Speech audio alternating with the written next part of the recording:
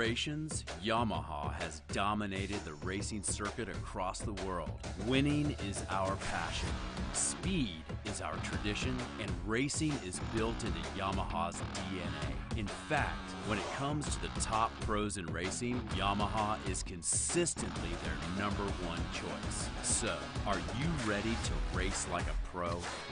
With the 2018 Performance Race Series of Wave Runners, Yamaha continues their long-standing tradition of crafting top-of-the-line wave runners capable of blowing everyone else out of the water. Yamaha has become the only choice for serious racers and aspiring speedsters. For next-level thrills on the closed course, the Superjet offers an incredibly nimble mix of speed and control with a lightweight frame and responsive handling. This best-selling stand-up watercraft has beat out the competition time and time again.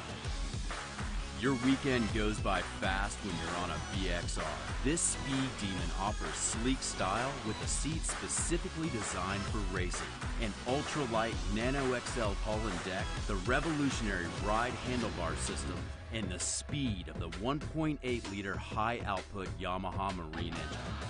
The GP 1800 is race ready, right out of the box and a proven winner on and off the course. It's our most powerful wave runner with the supercharged Super Vortex high-output Yamaha Marine engine, including a 160mm high-pressure 8-vane pump, and the ultra-lightweight Nano XL2 hull and deck provide an optimal power-to-weight ratio.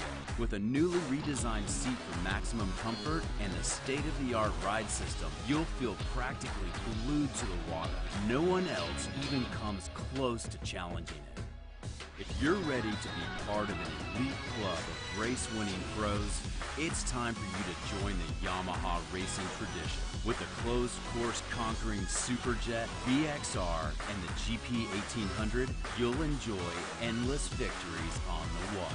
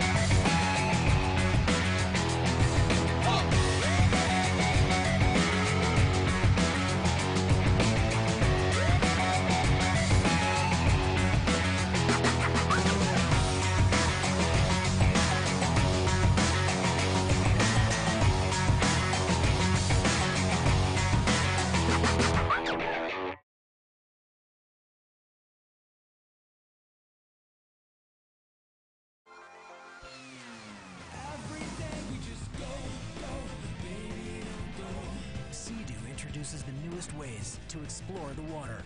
Load up all your gear, catch some rays, grab a bite to eat, crank up some tunes, and tons more. Every day we just go, baby, don't go. Every day we just go. Sea-Doo, escape the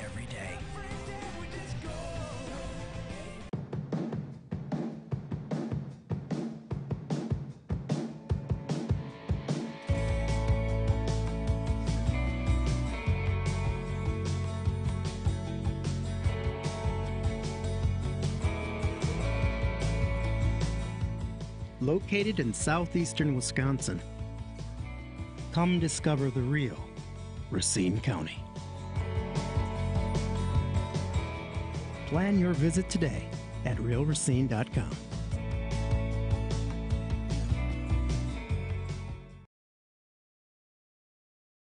Broward Motorsports, South Florida's premier power sports dealer with 4 locations: Davie, Fort Lauderdale, West Palm Beach, and Tequesta.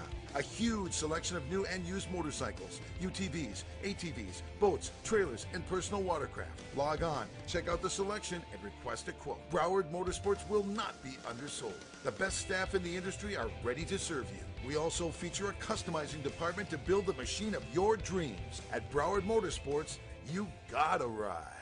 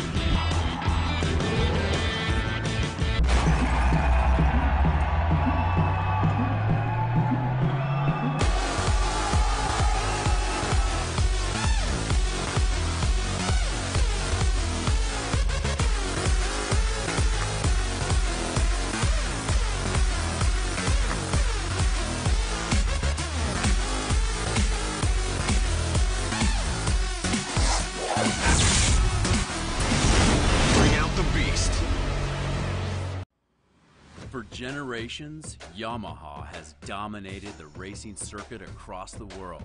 Winning is our passion, speed is our tradition, and racing is built into Yamaha's DNA. In fact, when it comes to the top pros in racing, Yamaha is consistently their #1 choice. So, are you ready to race like a pro?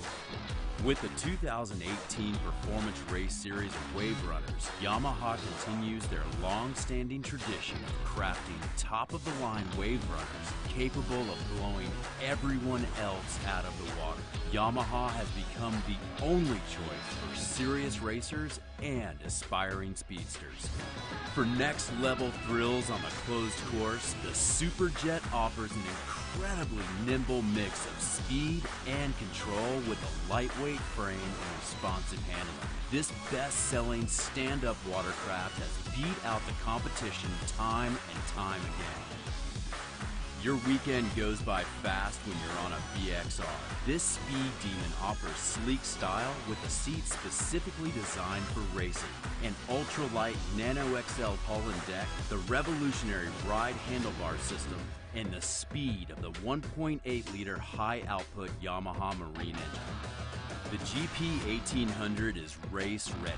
right out of the box and a proven winner on and off the course. It's our most powerful wave runner with the supercharged Super Vortex high-output Yamaha Marine engine, including a 160mm high-pressure 8-vane pump, and the ultra-lightweight Nano XL2 hull and deck provide an optimal power-to-weight ratio. With a newly redesigned seat for maximum comfort and the state-of-the-art ride system, you'll feel practically glued to the water. No one else even comes close to challenging it. If you're ready to be part of an elite club of race-winning pros, it's time for you to join the Yamaha racing tradition. With the closed-course conquering Superjet, VXR, and the GP 1800, you'll enjoy endless victories on the wall.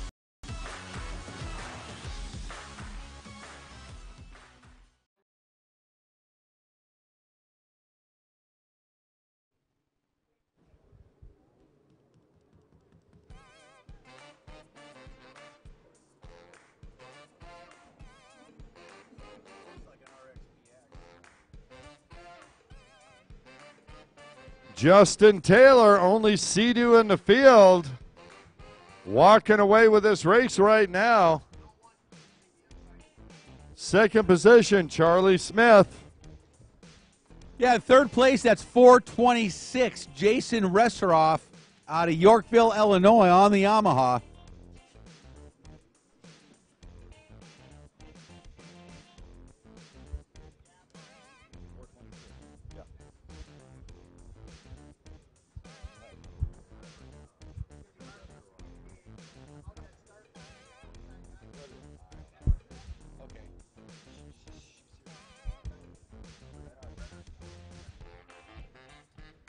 All right, Justin Taylor taking the outside. Nobody's taking the inside split now. I don't understand why these guys are not trying that. Redderstoff, my mistake, on Yamaha in third place, number 426. All of them now taking the outside split, interestingly enough. It's follow the leader, no question about that. Well, I think with these big runabouts, too, maybe they feel they can maintain a little higher cornering speed than going on the inside. Yeah, I'm thinking they're wrong. Well, I saw Justin Taylor take the lead off the inside, right? He did. No, he took it off the outside. Charlie Smith was on the inside. Right.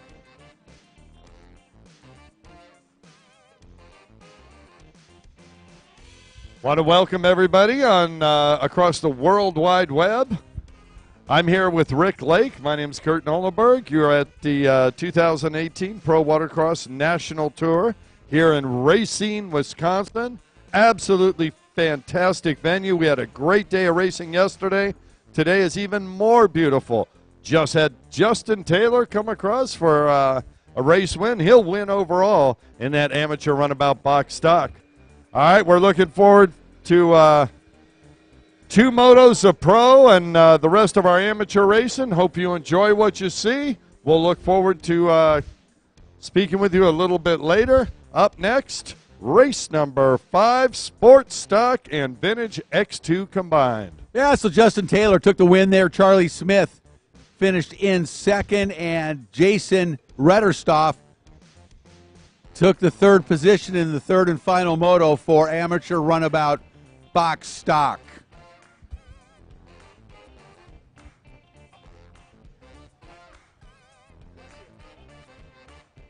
All right, race 5 on the starting line. This is the sports stock class. This is a wild one. Very, very competitive class.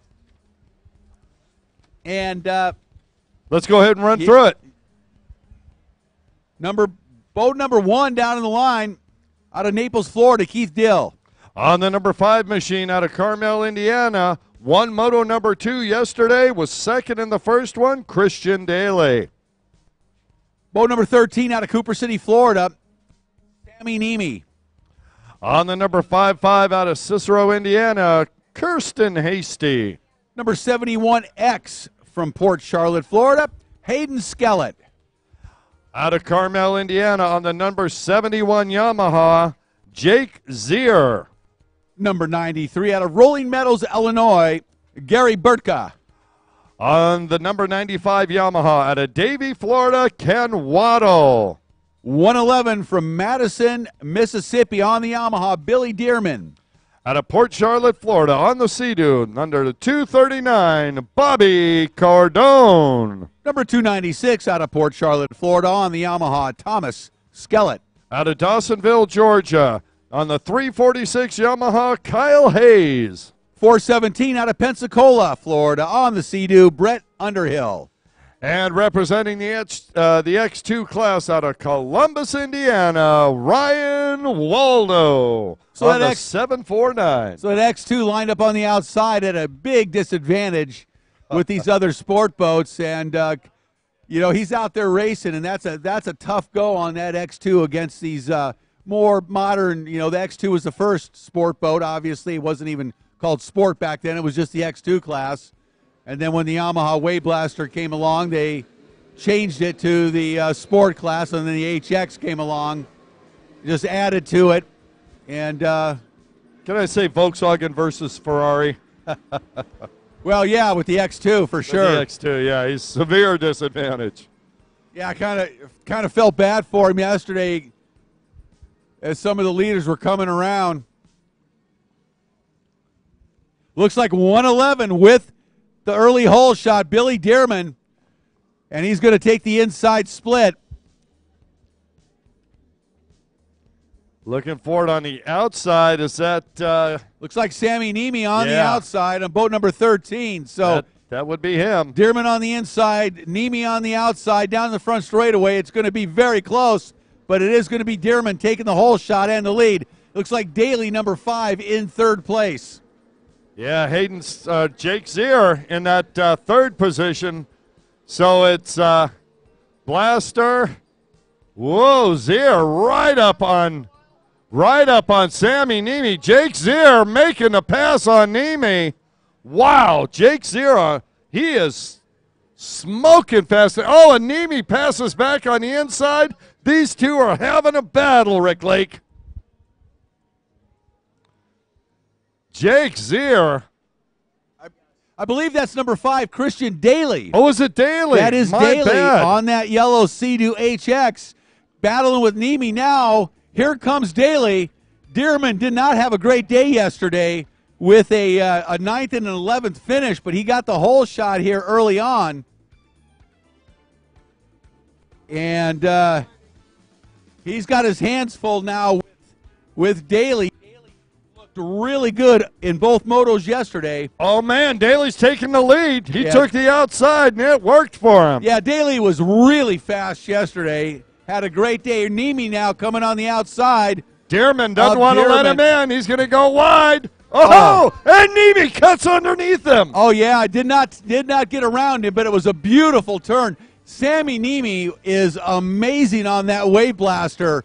Talked to his dad yesterday about that a little bit, and he said they ride together, and Sammy's in front of him.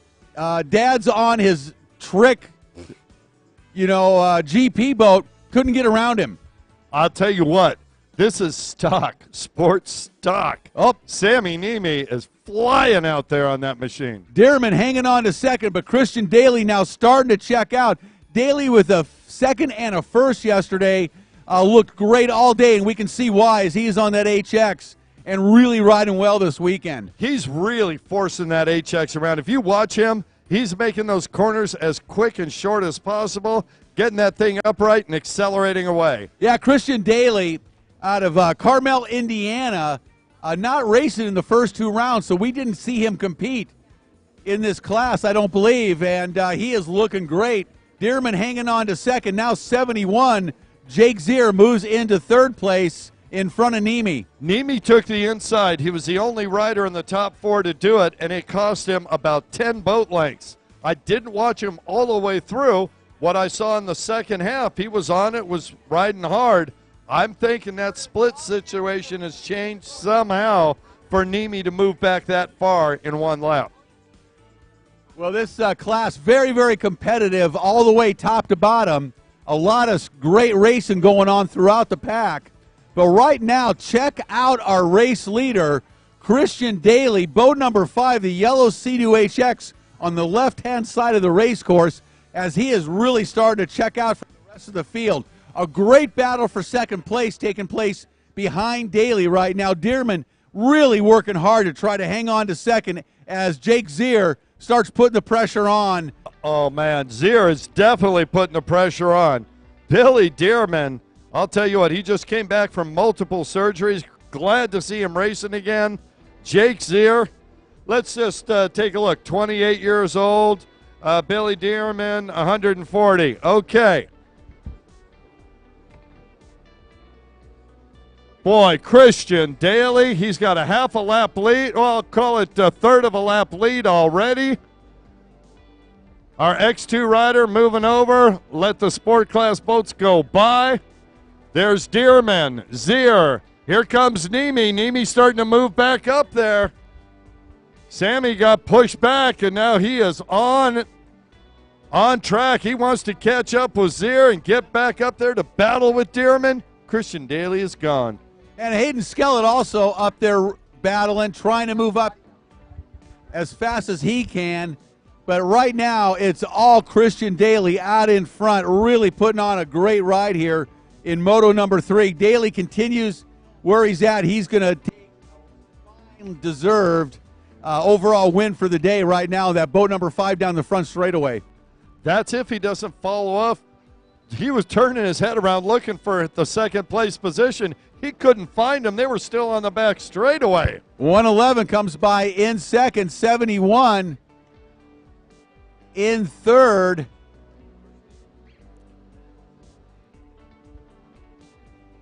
Looks like Sammy Nemi off to the side there with a mechanical. Oh, he's got it going. Oh, that's tough. Tough luck for Sammy in this third moto, as he rode well yesterday in both motos with a 5 and a 2. Bobby Cardone moving up. Oh, we got a battle on the back straightaway right now for second place. 3 riders really going at it now. Dearman doing everything he can to hang on to that second place. And I think that's Kyle Hayes coming up behind Zier. Just looks like that boat from here. The 4.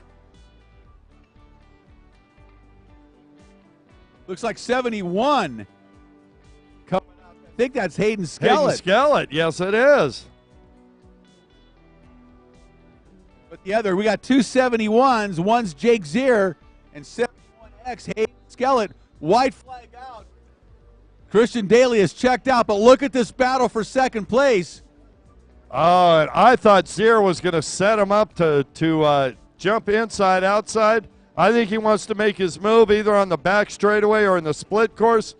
Zier going wide, starting to reel in Dearman just a little bit, but every time he jumps that wake, he drops back about a half a boat length. Zier trying to sweep on the outside. He tried this last time, didn't quite have enough. Here comes Zier.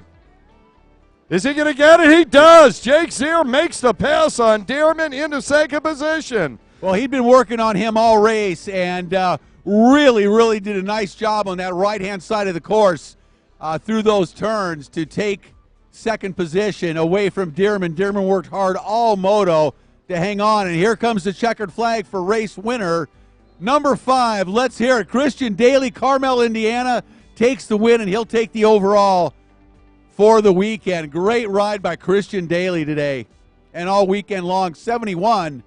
Another great job for Jake Zier. That's his second win of the 3 motos. Billy Dearman coming in third, and whoa, yeah, that's Hayden Skellett just trying to get to his pit. Billy, you need some turn signals on that thing.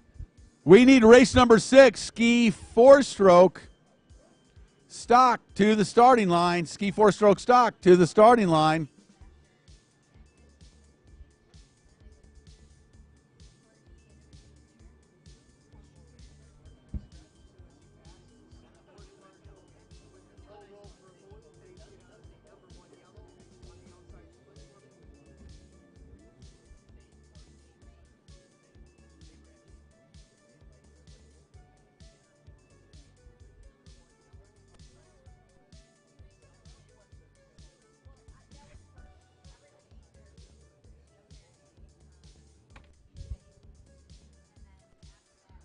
And as usual, check the pit board for the official scoring.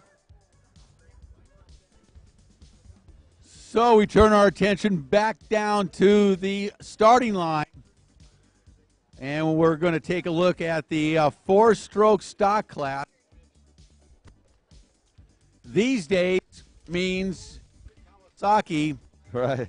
SXR 1500 class, the new stand-up watercraft introduced last year from Kawasaki, the big four-stroke, and it is getting more popular and more popular. And boy, it's a popular engine for. Hey guys, he's picked up almost everything, and it goes over the internet. Thank you. Yeah, those four-stroke, four-cylinder, 1,500 cc's, man, that is a compact, powerful package no matter what hull you put in. It's a nice motor. It's a proven design from Kawasaki. They've been running it for years. And last couple years, Minoru Kanamori, the legend from Kawasaki R&D and former world champion, along with Craig Fuzzy Boyd, longtime Kawasaki employee and really outstanding free rider out of New Zealand. Those guys have been at Kawasaki forever. And they worked together to develop a new hull that they utilize this four-stroke power plant, four-cylinder, four-stroke power plant, normally aspirated in this case. In the Kawasaki Ultra sit-down watercraft, they put some superchargers on them and make about 300 horsepower. In this configuration, it's around, I believe, about 150, 160 in stock form. And these boats do around 60, low 60s out of the box, which is isn't that mind-blowing for you? Yeah. We started riding 550s back in the day, and if you got 35, 36, I don't know what they were, 38 downhill, maybe 38 downhill. Yeah, and so now we're at 60 stock, and of course modified. They're much faster, upwards of 70 now, and so they are really phenomenal watercraft. Talking with we got Mike Klippenstein down in the line, and Derek Powell, along with David Cabrera. And yesterday, it was Klippenstein with a pair of wins. But remember, Derek Powell had dominated that first moto, only to have his lanyard come off one turn before the finish.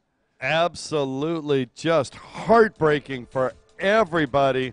Except Mike Klippenstein. Yeah, Klippenstein was not upset about that at all. Here comes Powell. Look at Powell. Look at Powell on the outside. Yeah, he's like, this ain't happening again. Wow, Clipper goes inside, and then Cabrera. So let's see what happens. Only 3 riders on the track, but I'll guarantee you this is going to be a good race. Mike Klippenstein, number 212 out of Fort McMurray, Canada, one of the great riders in the history of personal watercraft racing, with about 27 world championships under his belt. Mike races every form of racing there is in personal watercraft, on runabouts, stand-ups, and closed course, endurance racing, Long Beach to Catalina, across the open ocean. And he is a phenomenally fit rider at 50 years of age. And we'll see him try to track down Powell. Powell out of Syracuse, Indiana, has also been racing a long, long time and is a very, very talented stand-up rider. So these two are going to go at it here, and we'll see if... no question. You know what Derek Powell needs? I can't believe Powell took the inside split that time. Look at how much ground now. The outside has become faster, let's face it. Well, and we don't know what kind of changes will come during this motor or after, but what Powell needs is he needs David Cabrera to finish in front of Klippenstein. Then they'll tie on points. Don't shake your head. Anything can happen. That As ain't we happening. noticed. It ain't happening. I'm calling it. I'm telling you, Derek Powell may slow down Klippenstein just so Cabrera can get there. Now you're really stretching it out there. Team tactics? Let Brock by? What are we talking about? Let's face it, it's going to come down right here to Powell and Clipper. Clipper's got this. I mean, the overall with 2 wins. Oh, never say never. Anything can happen, obviously. In racing, we know anything can happen. Not likely, but, Clipper goes. See what I mean? Clipper is. Right there. Clipper like, goes to the inside. mistakenly, Clipper goes to the inside. And David Cabrera needs to wick it up just a little bit. And I'm shaking my head right now as to why Clipper took the inside split. I have no idea at all, because clearly now the outside has become faster. I got to say, it's clear to us up here. And I'm thinking, yeah, easy to maybe, say from up here. You're right. And truly, it is harder to judge from the beach. Even if you see it in a few different motos in different classes, up here it's very clear where they're getting speed. But you can see these are stock 4-stroke stand-ups. Look at Clipper. He is down so far in the tray, only his helmet is above the handle pole. And he's standing straight up. Yeah. Mike Cohu. And Clipper on the R&D SXR 1500. He's got some R&D parts on there. I know he's got their Pro Series race sponsor, the new one's Chapin developed. And he is loving that watercraft. Talked to both these guys yesterday morning, Powell and Clipper together at the same time, and they both echo the same thing. They absolutely love riding this new Kawasaki SXR. It's a lot bigger watercraft than the former stand-ups, and they won't go back. They said there's no way they could go back to riding one of the smaller watercraft. They really love these. Yeah, and I don't know whether Powell has got the same sponsons, but Clipper is definitely able to throw that thing sideways in ways that stock hull was not able to be thrown the first time we saw him race last year. Yeah, the Pro Series sponsons from R&D definitely make a big difference. They have little tricks done to them that improve them for close course racing over their rec series. Right. Not for everybody, but if you're at Mike's level and you want to turn as hard as he can turn the watercraft, they work real well. Plus, he's got an R&D ride plate on there that's a developing ride plate that Bill Chapin from R&D, the guru out in Lake Havasu, has done some tricks to. And so those guys never stop working, as you know. Ever. The development never stops. You're always trying, you're testing, trying to figure out something new. Is this 7 o'clock in the morning? Bill Chapin's at Body Beach. Oh, yeah, they're working hard, working on new thoughts, new processes. And I've been out there at Body Beach many times with them.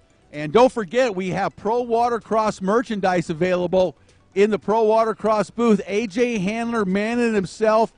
He is the super salesman. Prices have been slashed. He wants to move the merch out, and today is the day to pick up some awesome Pro Watercross merchandise. Long sleeve tees, short sleeve tees, some of the fine wicking material that we wear all day that keeps us cool. All available in the Pro Watercross booth. You know who'd look good in that? You. Well, you and I, we always look good in it. But I'm thinking, well, pretty much everybody on the beach. I would agree. I would absolutely agree. The price slasher lives. A.J. Handler slashing prices. Powell out in front. Clipper not able to gain. Oh, man, we just found out $10 for Gary, everything, go $20 get yourself a for shirt, a hoodie. Yeah. $10 for all Pro Watercross merchandise, next year, you guys T-shirts, have the right, $20 for a hoodie. $10. What's that other place you can buy stuff like that? Mart, Wall, something like that? You can't even get a shirt for that. And especially one of these gorgeous Pro Watercraft. $10 and $20 for a zip-up hoodie, and checkered flag comes out, and look at Clipper trying everything he can to the last corner, trying to get in there. Doesn't make it happen, but he's going to take the overall anyway with a pair of wins and a second. And you know what? If Powell hadn't lost that lanyard, he'd have taken the overall. By 1 point.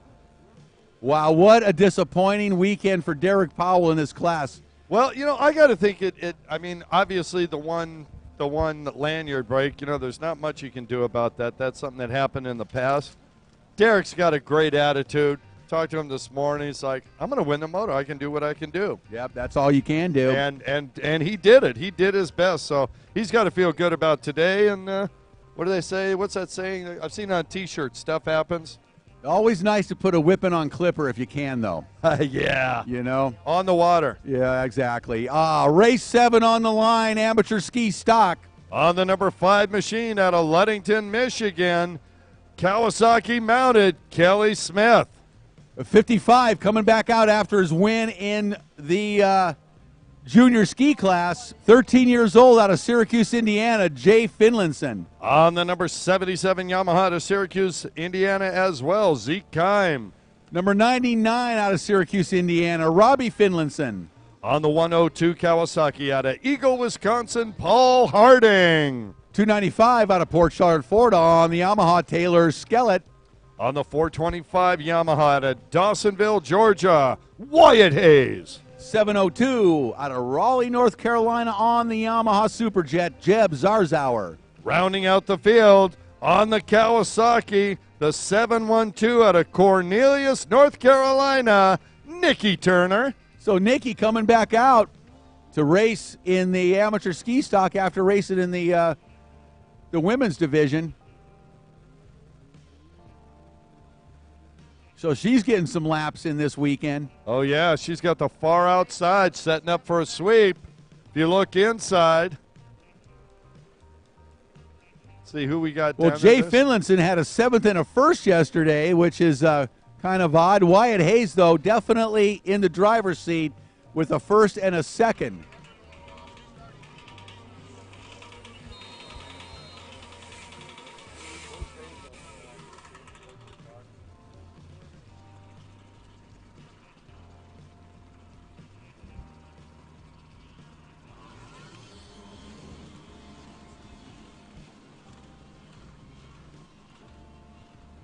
Looks like we got a good start. Is that Wyatt Hayes on the inside?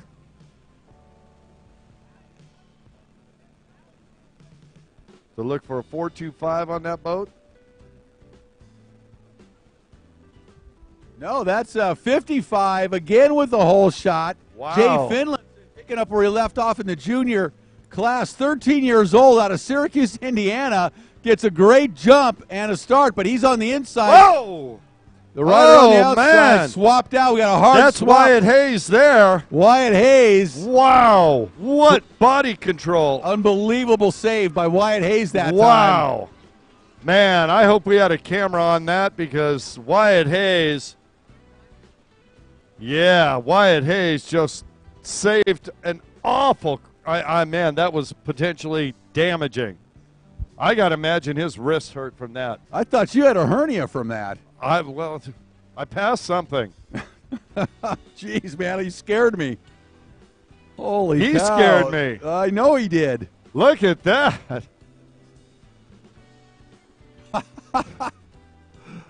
Oh, Finlinson down the jet trim back Boy. straightaway. I'll I tell haven't you. seen you jump that high since I don't know when, man. Well, you know, I'm invested in these riders. There's no question about it. I feel for each and every one of them out there. I want them to have a safe race. And something like that, you know, that looks painful going in.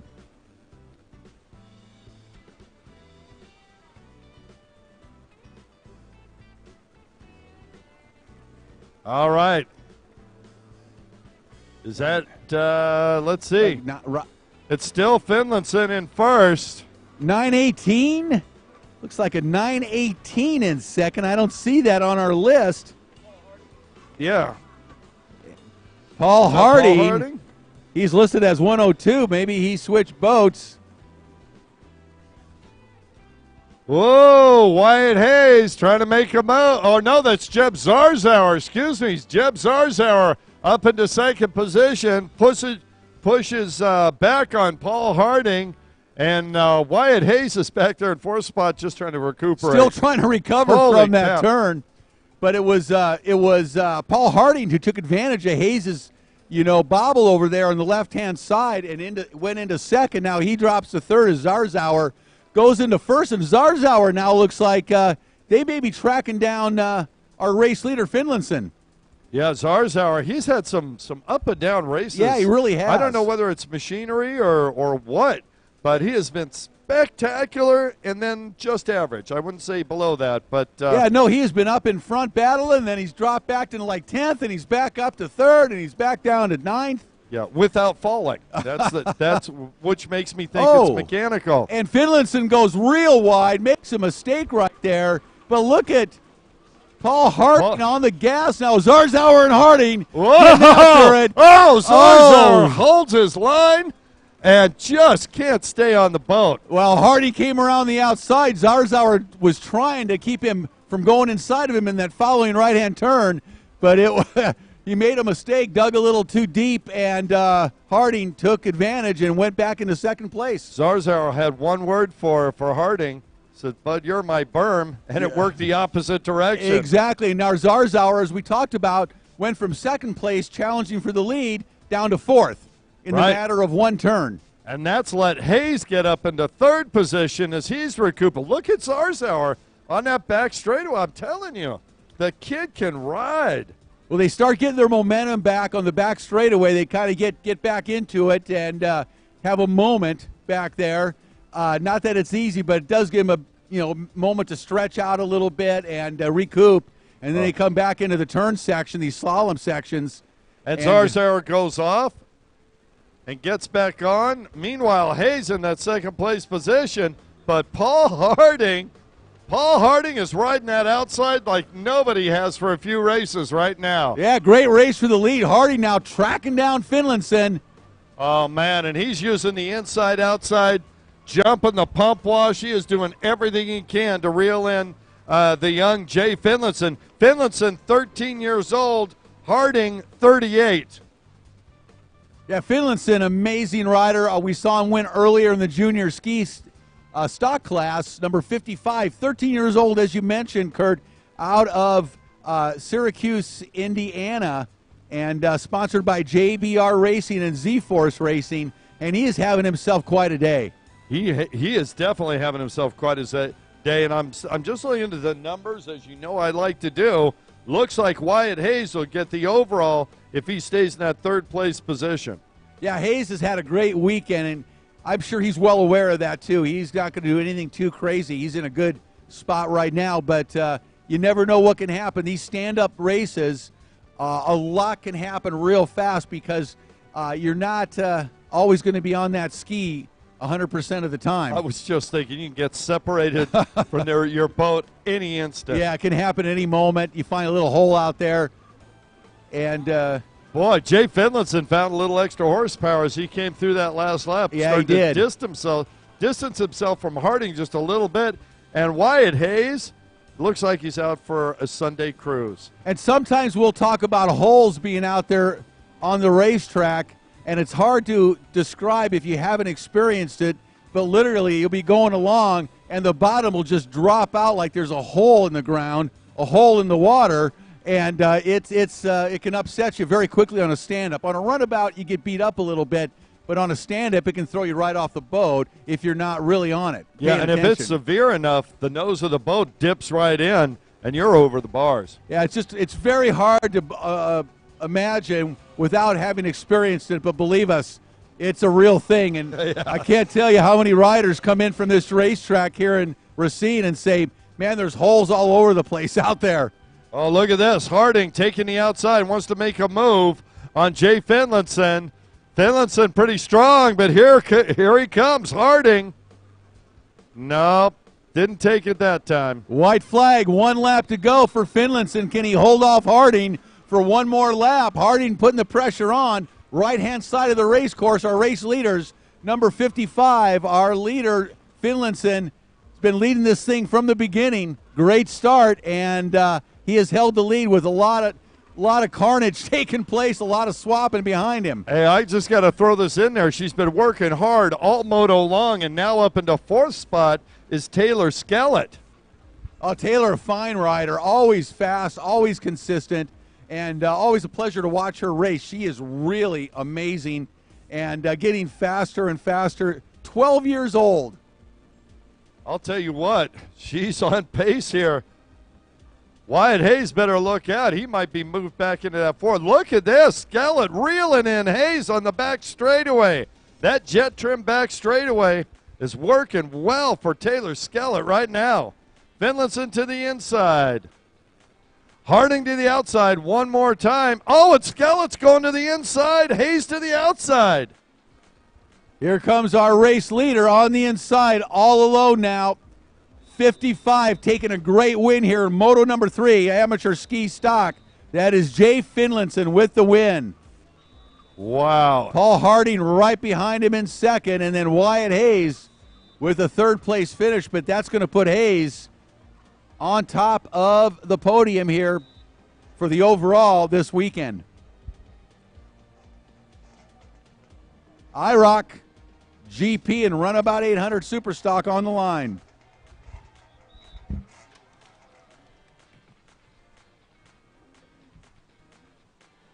So Taylor Skellett will get third overall.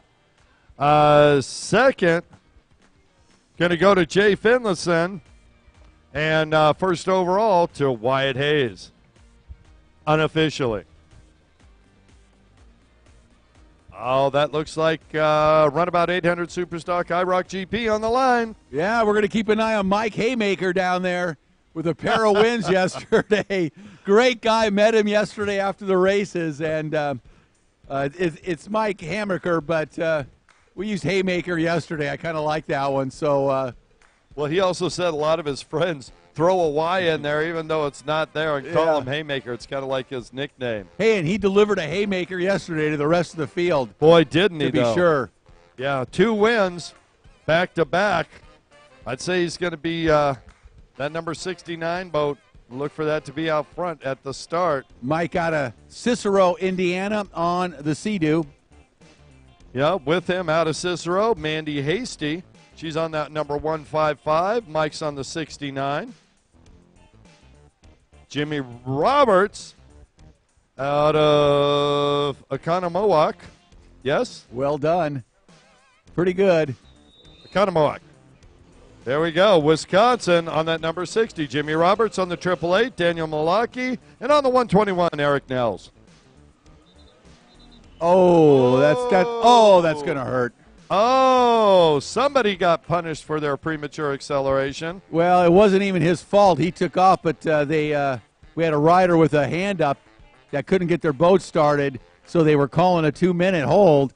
But at the same time, Mike Haymaker was ready to rock and roll, so I don't think he's going to get punished for that. I don't think it was his fault. All I can say is that band almost gave him a haymaker. Yeah,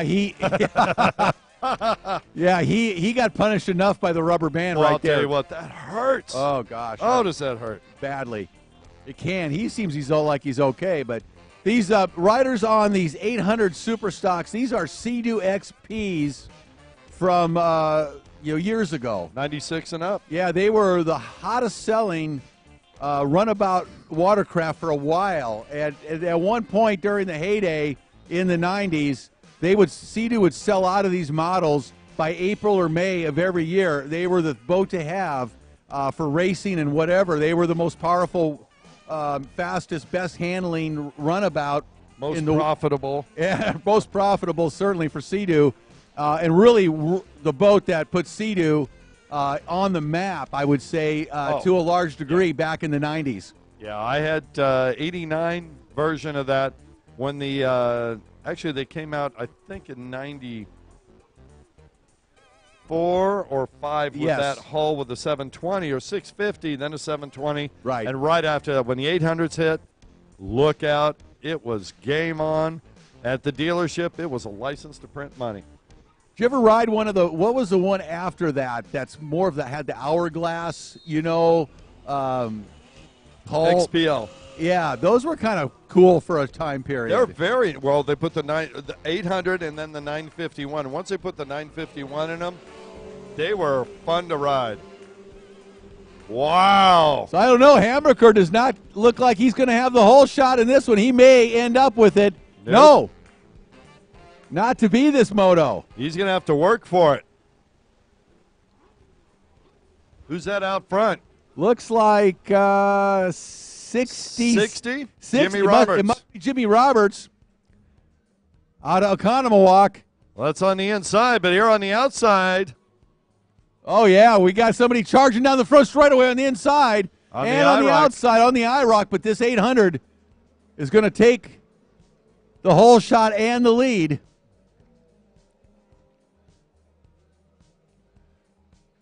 So Hammaker now in third behind the IROC ski. Let's check that number on the IROC. The IROC skis in this one are both Sea-Doo. That's Daniel Mulcahy. Mulcahy? Mulcahy? Potato, potato. I'm not saying no. No? Hopefully somebody will come up here and let us know. Mulcahy. In the second position. In third, it's the Haymaker, Mike Hammaker. And these IROC boats that are competing along with the aforementioned 800 Super Stocks are the new Sea-Doo Spark models. And they are very, very popular. Best-selling watercraft in the country for the last few years. And we'll see more of them a little bit later. Seems right that those two holes should be racing each other, right? Kind of funny, huh? Yeah, 20 years later. Completely different deals. 4-stroke versus a 2-stroke, and just completely different watercraft. But they compete fairly well with each other out here. Well, let's watch Mike Hammaker. He won the first two motos, didn't get the start, and he's got to try and make a move. Now, I am wondering, because they're in different classes, if Daniel is moving over to you see him taking a wide line. I'm wondering if he's thinking, hey, I'm going to let this guy go by so he doesn't punt me out there. Well, maybe not. I don't know. Interesting how small these Sea-Doo XPs are. They look now, huh? You know, compared to the modern runabout watercraft. Just they look about half the size of them, don't they? Oh, I got to throw this out here. You remember Corey Rarick? Oh, very well. Going to the Nautical with Odyssey Racing with a 3-seater in slalom. Everybody laughed Absolutely. at him until he decimated the world record. Remember that very well like it was yesterday.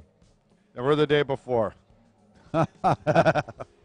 Yep, definitely watched that happen and was amazed along with everybody else. Wow, what a race going on for second position over here. I'll tell you what, Hammaker's got the overall. He really doesn't need to worry about that, but he is putting the pressure on Daniel Mulcahy.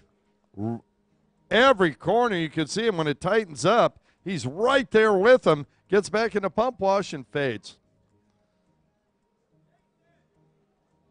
Yeah, he's got to get some clean water. He's going to have to figure that out and to get around that spark.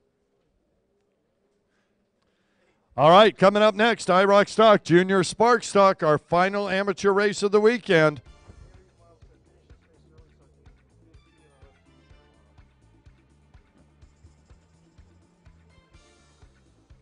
Race leader, Jimmy Roberts, out in front.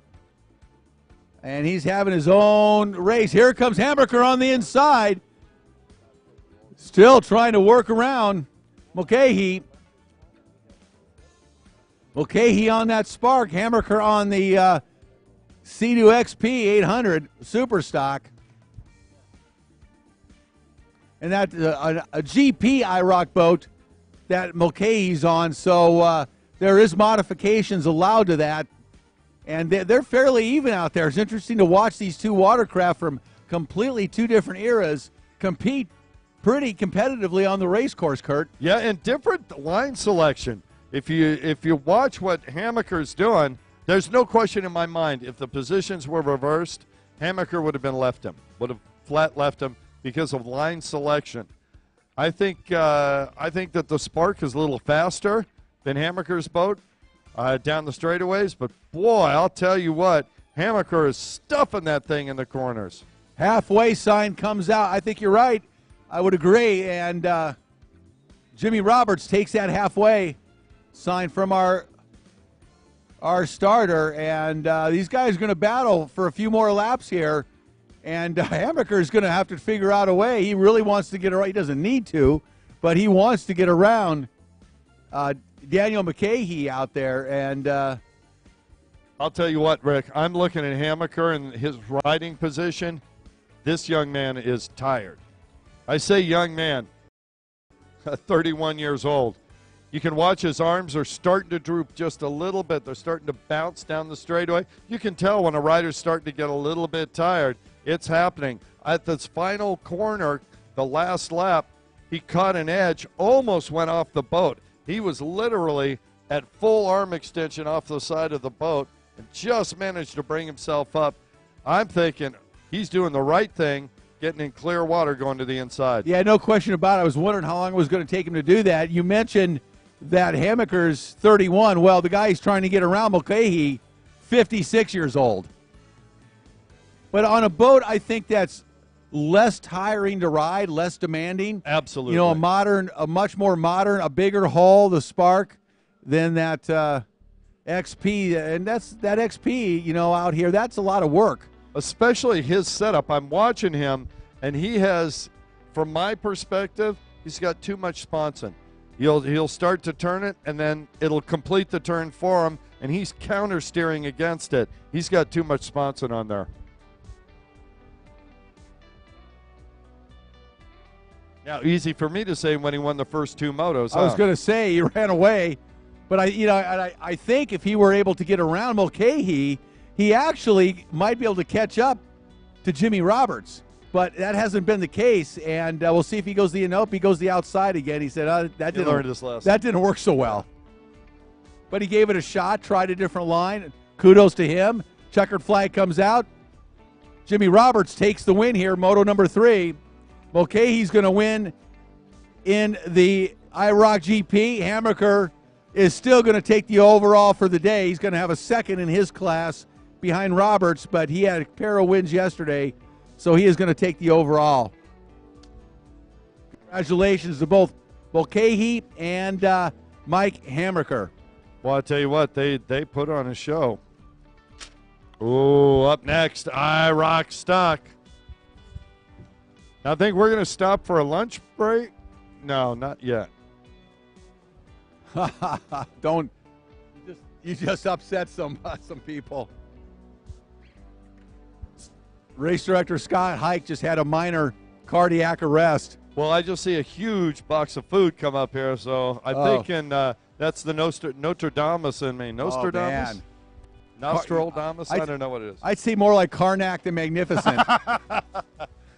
You, me, and one other person on this beach know who Carmack the Magnificent is. Oh, come on. Who can forget John Carson? Man. Well, I'll tell you what, when we do break, we got some prize swag coming out. How about this IROC stock class? And you know who the pressure's on in this one? I was giving him a little business this morning, is Brian O'Rourke. Oh, yeah. O'Rourke took the whole shot in the win in the second moto yesterday, and he was pretty pumped up. He was like, been a long time. As he described it, the best start of my life. That's what he said, best start of his life. And so I he took the with win. him because I've seen some good ones from him. But it was pretty awesome yesterday, seeing Brian O out there in front. Well, what he said after that was, well, really, it was keeping everybody else behind me. He did a good job of that, including John Block. John Block with a first and a second overall, really in the driver's seat. Whoa! Let's see what happens going into the first turn. O'Rourke! Looking strong on the inside. This is going to be tough. O'Rourke going to get it on the inside. And he holds. Oh, Brian O'Rourke one more time with the whole shot of the lead.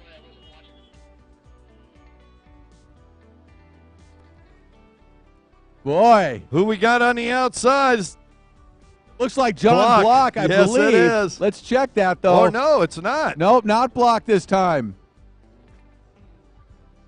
That looks like number 5, O'Rourke's teammate. Is that right? Kelly Smith. And Kelly Smith goes by O'Rourke into the lead. The two Team Faith teammates battling. Not really sharing the love right now. And O'Rourke is like, dang, man, Kelly got by me. Kelly, I'm not saying you're going to be off the team if I don't win, but that is the team manager you just passed. Well, here's the funny thing. John Block had a first and a second. Brian O'Rourke had a fifth and a first. So if he gets in that first place position, and Block is, where is Block Block's now? in third. Block's in third and charging up behind Brian right now. Yeah. That's kind of a nice boat out there, huh? Yeah, that's something nice to take out for the weekend. That's called pleasure. All right, we just stop me with that. We go. I won't leave it at that. We go to the splits now. It's Kelly O'Rourke and Block. Kelly Smith and O'Rourke go outside. Block goes inside, and it does not work for Block.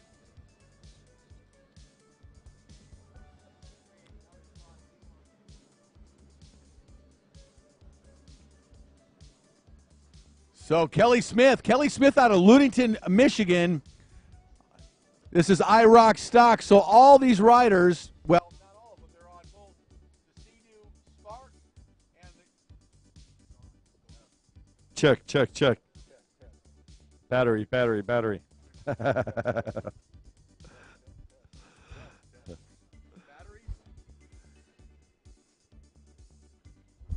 is the Yamaha called? EX. I want to say X3 for some reason. EX. Ryan Rasmussen out of Winthrop Harbor, Illinois. He's riding on one of those Yamaha EXs. Kelly Smith on the Spark out in front, followed by Brian O'Rourke.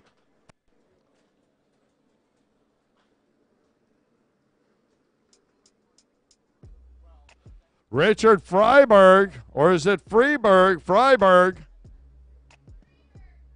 Freeberg. Thank you. In that third position, pushing Block back to the fourth. Is the thing on? Hello? Sounds like you're there again. Wow, thank you for the clarification on that. Appreciate it. How's it get to be Freiberg with it's a Freeberg? Is it Freeberg or Freebird? Leonard Skinnard. Oh, gosh. Reaching. I know I'm reaching. Might need a sandwich, Kurt. Desperately. Can't use the bread. Out in front, Kelly Smith. Right there behind him, Brian O'Rourke. Top three taking the outside, and John Block in fourth position going for the inside. Oh, it's got to be fun for both Kelly Smith and Brian O'Rourke to be racing against each other like this. Halfway sign comes out for Kelly Smith.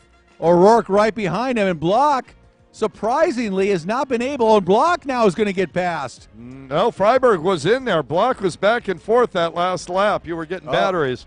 Yeah, so Freiberg has made the move forward.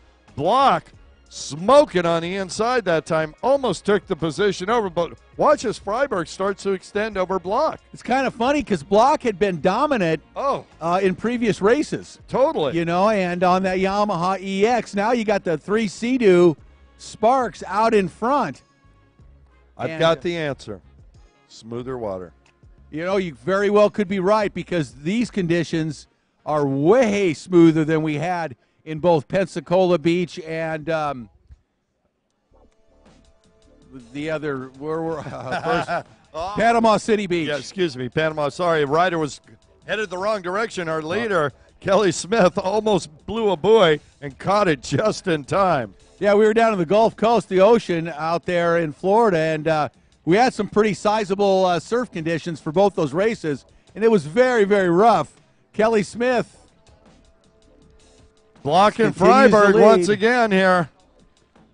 Boy, I thought Block had it that time, Rick. He was really working that inside, and he has no choice. At the fourth position back, there's too much pump wash. He's got to try that inside. Yeah, you're right. Absolutely. These stock watercraft, there's very little margin of error. You cannot.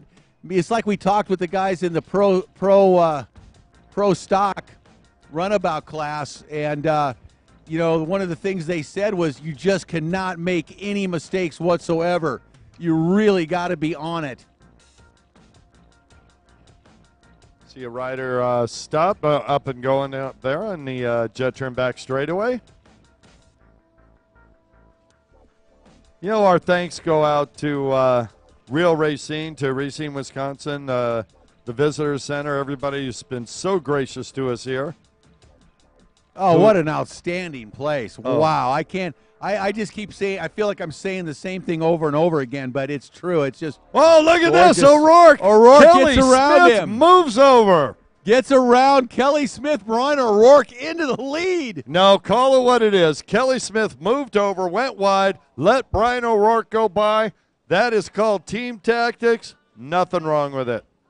You're out of here.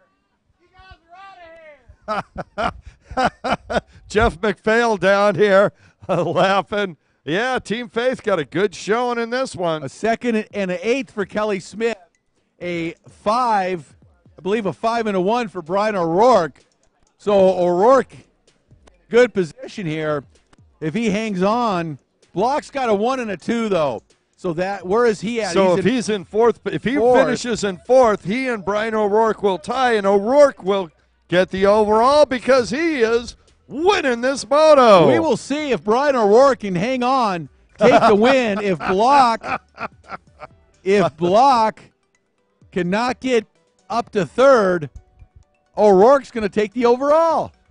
Exactly. So it's up to Freiberg now and Block. And Block, it is going to be so close. Watch as Block going to make the turn. Freiberg looks over, and Freiberg's going to get third, and Brian O'Rourke takes the overall. Second will be John Block. Third, Kelly Smith, I do believe, unofficially. And our lone junior spark stock, Avery Underhill, makes it through. Avery leaving here to go straight to junior ROTC. All right, so Pro Show up next.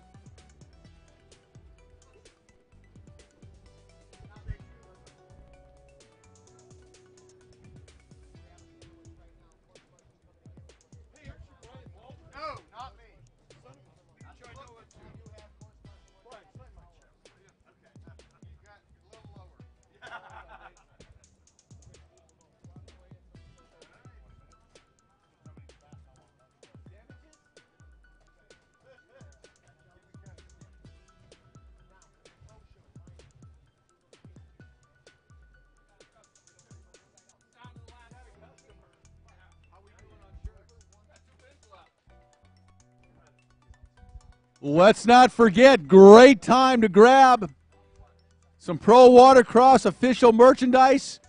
Prices have been slashed. $10 for T-shirts, and if you can believe it or not, $20 for a beautiful zip-up hoodie. We've still got some sizes left. The price slasher lives. That's right. It is going to... AJ Handler. This is a great opportunity to grab some really cool merchandise at a phenomenal price. So, Rick AJ Lake, Handler on his way over. So go hit him up. Hey, you know what I'm thinking, Rick Lake? While you're still conscious, let's give some stuff away. All right. We got some prize swag over here. Anybody on the beach want some of this? All right. The closer you get, the easier it is.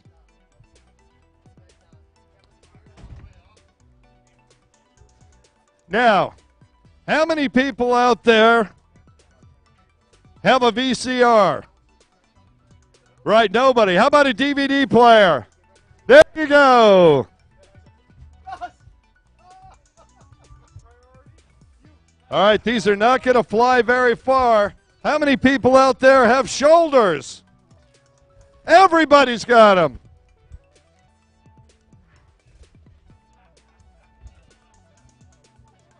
Now, I got to be careful. I don't want to knock anybody out. Everybody's got expensive dental work. You know what? We're going to work this a little different.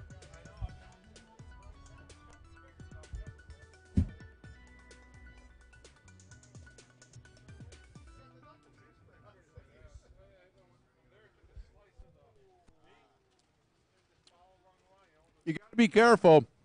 This guy's a former San Francisco Giant pitcher. He's got an arm on him. If he wanted to, he could wing one of these D's. all the way to all the way across the lake. We're going to Canada.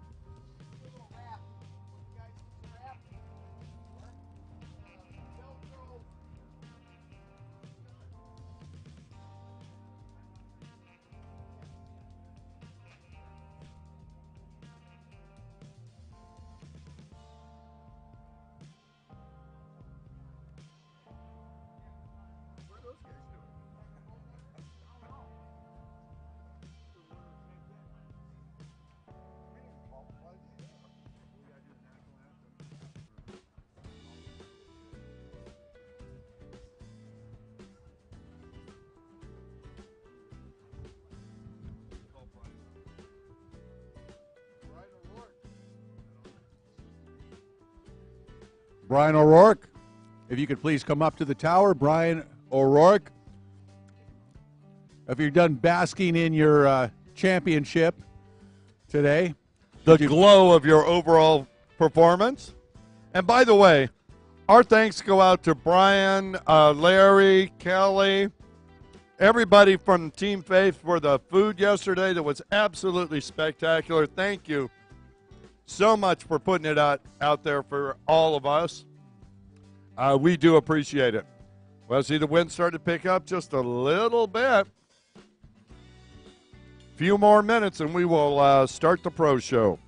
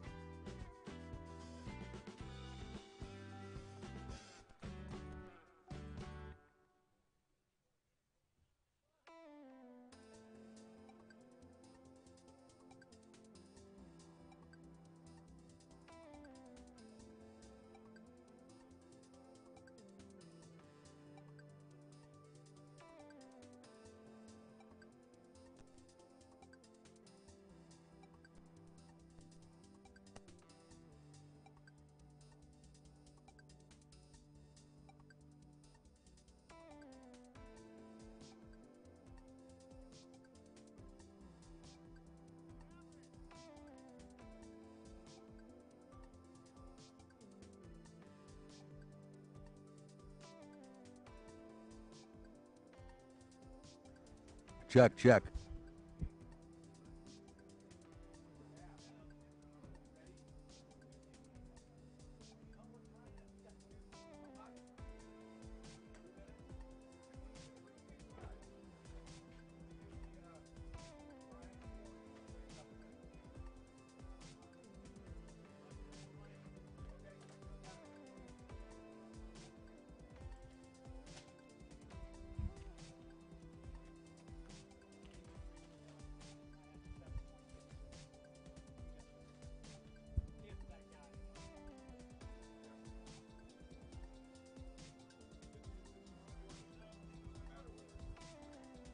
All right, we are ready to go with the Pro Show here.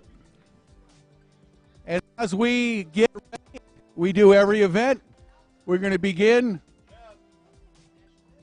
We have our prayer delivered by our traveling minister from Team Faith is with us every week, every race, as he does throughout the country. We're always blessed and pleased to have Brian O'Rourke with us.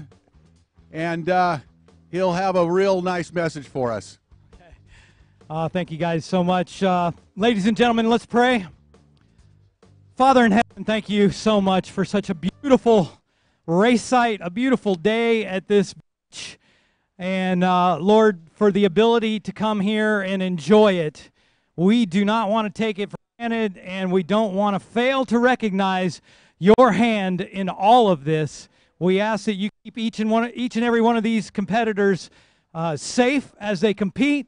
Thank you for our sponsors and our promoters and our announcers and our course marshals that work so hard to put this event on so that we could chase our dreams in the name of Jesus.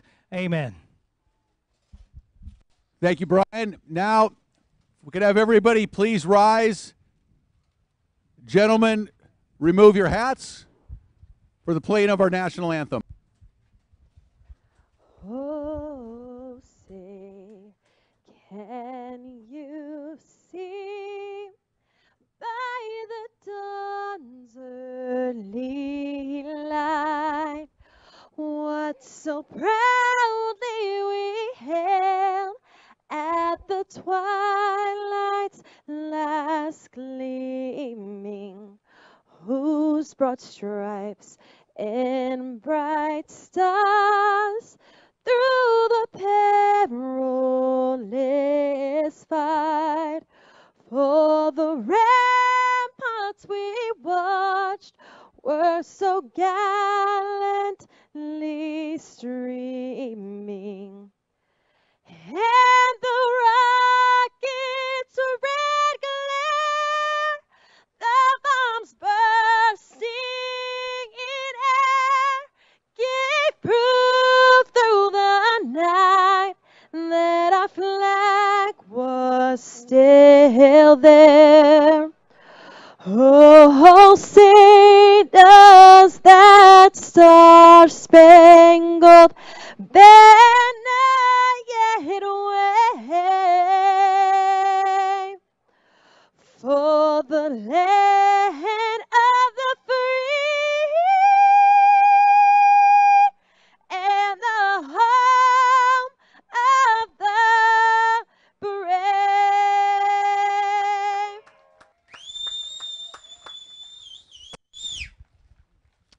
All right. Thank you very much. And we are ready to go with the Pro Show. Welcome, everyone, to Racine, Wisconsin, round number 3 of the 2018 Pro Watercross National Tour presented by Broward Motorsports. Rick Lake up here with Kurt Nolenberg. And Kurt, round number 3. Moto number 2 and 3 for the pros here today. It is going to be awesome. I am so excited, Rick Lake. I look down the line. You got names like Jimmy Wilson, Sammy Niemi, Matthew Ritchuk, Hayden Skellett, Jeb Zarzauer, Paul Harding. We just saw him do well. There's a litany of great riders on the line right now. This is the second moto. Moto number 1, Jimmy Wilson won it pretty much going away. Second was Hayden Skellett. Jimmy Wilson, 29 years old. Hayden Skellett, 13. Yeah, absolutely. Jimmy Wilson, the defending national champion, on the inside, meaning closest to the starter, with the big number 1 on his back, the big bullseye on his back. Keep an eye on Wilson. He is unbelievably fast. And a hole shot. Jimmy Wilson, hole shot. Yeah, unbelievably fast. But he's got a lot of good riders behind him. And Tough next to him, Ritchuk. Matthew Ritchuk out there in second right away. Wilson goes to the inside. Now watch that outside split. That outside split has proven to be a little bit faster, we think. Whoa. So we got a battle for the outside split right now. Wilson coming on the inside. He's going to definitely take the lead, no question. but coming down the straightaway on the inside, on the gas. Looks like 190. Mike Wendricks with Matthew Ritchuk going at it, tooth and nail, for second place behind Wilson. And then back and forth, Hayden Skellett. All right, so all those that finished in the top 5. Whoa! Ritchuk just got stuck hard in that hole over there on the far right-hand side. Yeah, we've seen that all weekend long. There is a reef underneath there or something, because it's definitely turbulent over there for these stand-up riders. Well, that allowed Skellett to move up just a little bit. Hayden Skellett, he is on fire this weekend. Watch him. Look how far down Skellett goes in that tray. He makes Klippenstein look like he's your height.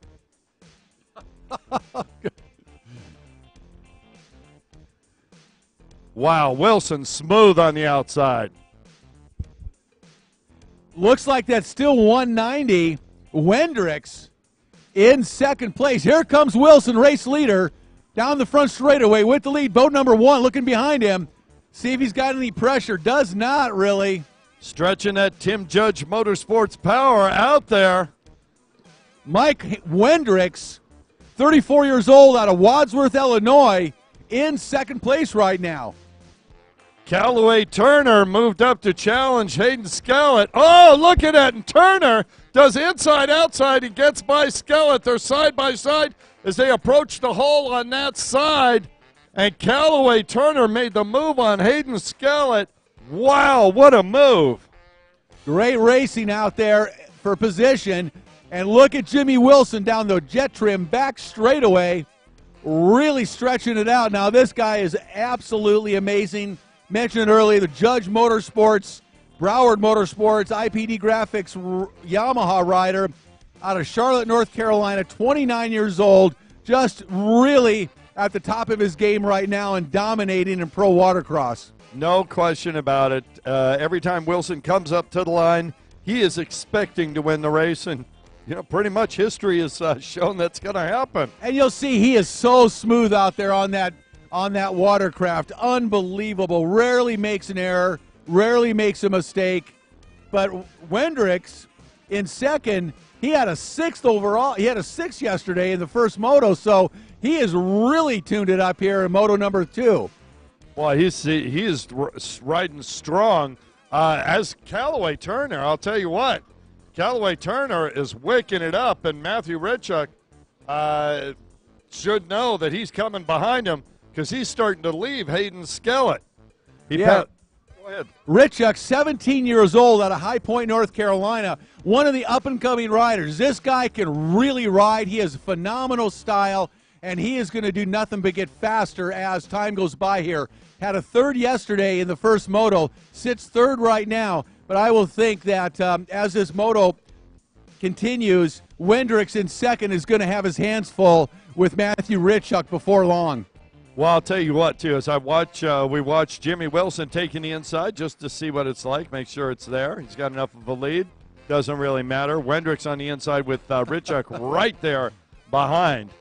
I laugh. I see Wilson look over his shoulder every time. He wants to see where second is because what he's going to do. And here comes Ritchuk. Now, Ritchuk wants second place.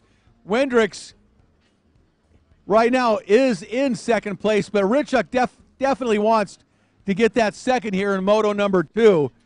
Matthew with a 3rd yesterday would like to get a number 2 at least going into the 3rd moto today. That'd sure be helpful, I'll tell you what. So does Hayden Skellett. Absolutely. These guys really want 1st overall, but a little out of reach now as long as Jimmy Wilson doesn't make has any problems out there. Really, the only thing that could stop Wilson at this point is a mechanical because he is just dominating.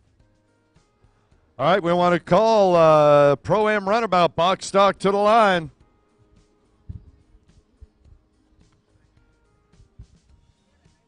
So, Wilson checked out, another zip code, another time zone.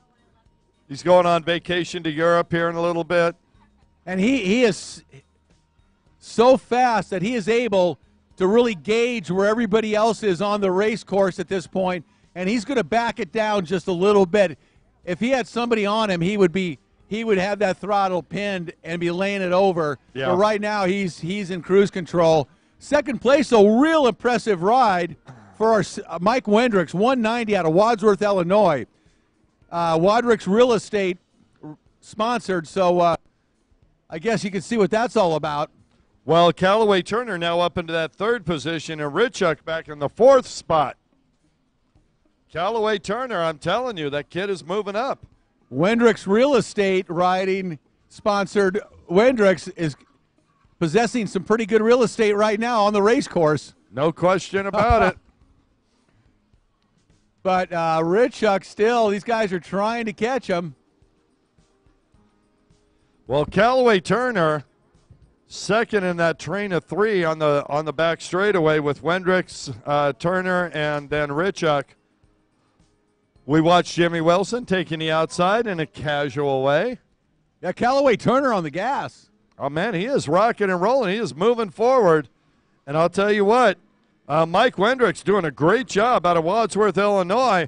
But right behind him and moving up is Callaway Turner. Look out, Mr. Wendricks. Callaway is on his way. Yeah, Callaway on the gas right now, down the front straightaway. Keep an eye on boat number 10. He is really starting to pick up the pace. Gets by Richuk into that third place. But Wendricks got a great start and has not made any mistakes thus far in the race. So he is hanging on to second and doing a nice job.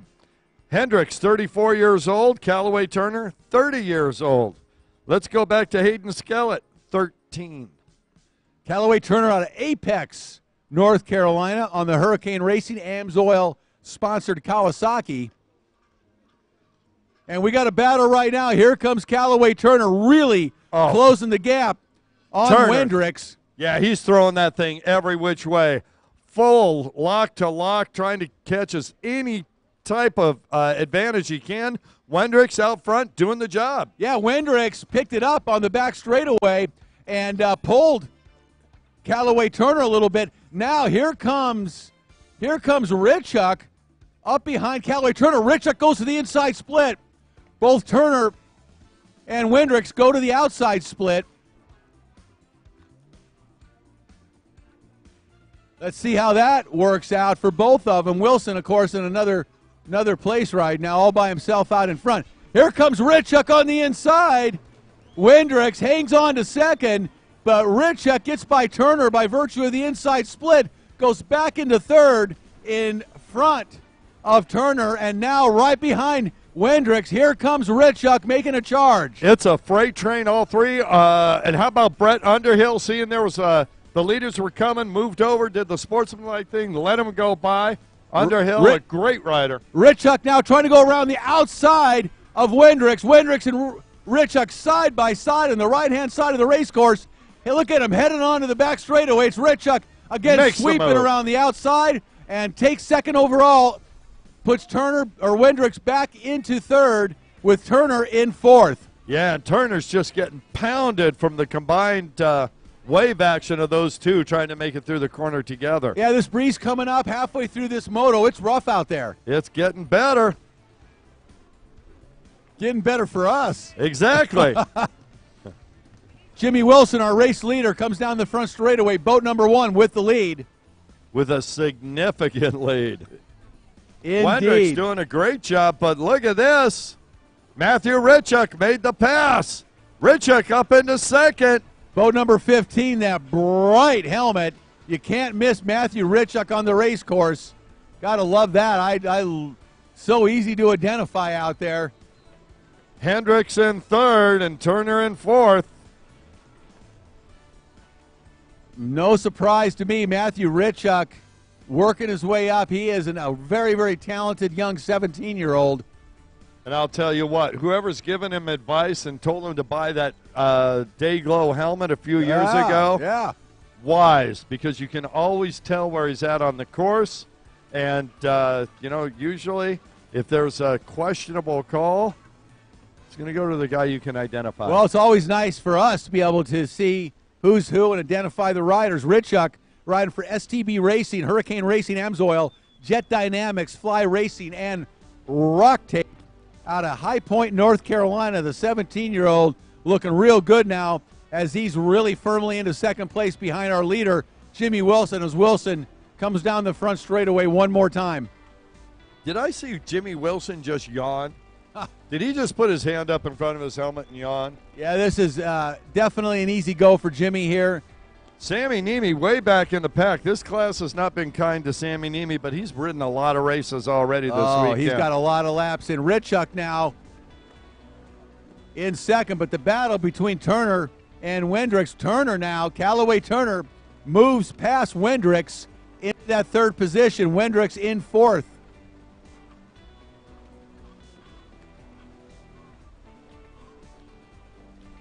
Jimmy Wilson, our race leader on the Judge Motorsports, Broward Motorsports, IPD Graphics, ADA Racing, Fly Racing, Jet Trim, Jet Racing, Amsoil, Bomber Eyewear, and JC Racing Yamaha. Just absolutely dominating competition here again today. Yeah, no question about it. If you look out on the track, far left, Jimmy Wilson. To the right, everyone else. Yeah, well, that's about that's about as clear as you can put it. But Richuk, doing a great job. Well, Wilson has let up. Oh, Wilson has definitely let up. White flag out. He's going to cruise. He's just having a good old Sunday afternoon ride out there right now. The battle now, third, fourth, and fifth. Because Richuk has separated himself from third and fourth, and looking real good. No surprise. I really am impressed this year, last year as well, with Matthew Richuk. Great young rider out of North Carolina coming up here to Racine.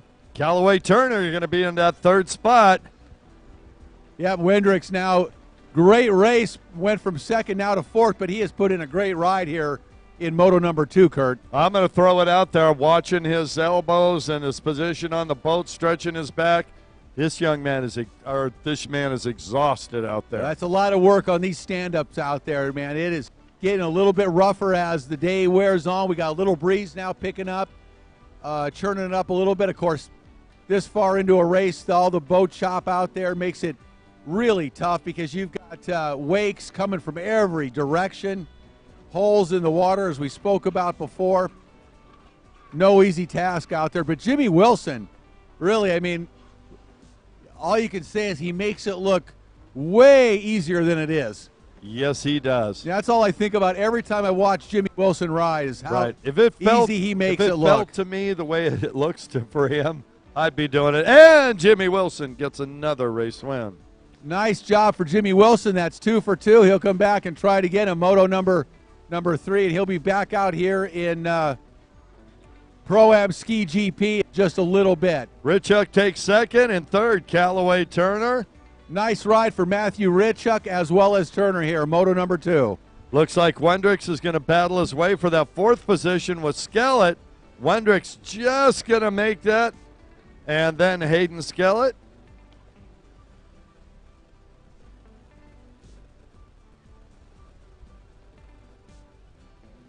All right, nice racing out there on these stand-ups. Great day here in Racine. What a beautiful location.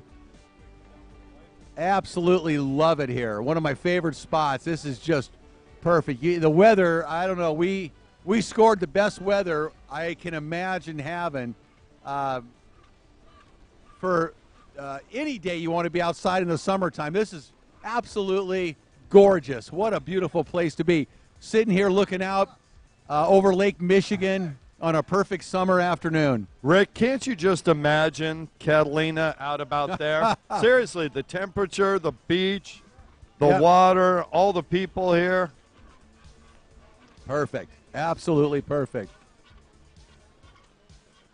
Pro-Am runabout box stock up next on the starting line. Well, yesterday it was the Brian Baldwin show in this class. Brian, defending national champion, very similar to Jimmy Wilson in stature and personal watercraft racing on the Pro Watercross Tour. Brian absolutely dominant in this class on the factory Yamaha Riva-sponsored boat. Brian, 39 years old, out of Denver, North Carolina, and he is, without question, the rider to keep an eye on. Behind him, or I should say next to him, number 8, Jeff Dykowski. Jeff, 60 years young, out of Rydell, Georgia. Justin Taylor, number 75, 23 years old, out of Essex, Maryland. Number 110, a real hard-charging champion in personal watercraft racing, Troy Snyder. 46 years old, out of Bradenton, Florida. Nickname is the Slugger, and we'll see what he's got today for Brian Baldwin. Yeah, I call him the pit bull because I've seen the x-rays of what they did to put him back on the planet. Have you seen those, Rick? Yes. You got to ask. Absolutely incredible that Troy is out there. What a persistent rider. I mean, seriously. Very, very hardcore, hard charger. Lot of wins under his belt. Great champion in personal watercraft racing. Number 243 out of Loganville, Georgia. 37 years old on a Yamaha is Dennis Mack. On the 717 out of Macomb, Michigan, Alan Delecky. Delecky finishing third in the moto yesterday. He's sponsored by D's Marine, Fly Racing, and Sea-Doo X Team. And finishing second yesterday in moto number 1 out of Waco, Texas on the Kawasaki number 777. Tim Miller riding for Dean's team in Jet Trim. There we go. There's a Miller fan down there. Or is it just a Dean Teams fan? He's a Miller High Life fan. Ah. So we share a few things.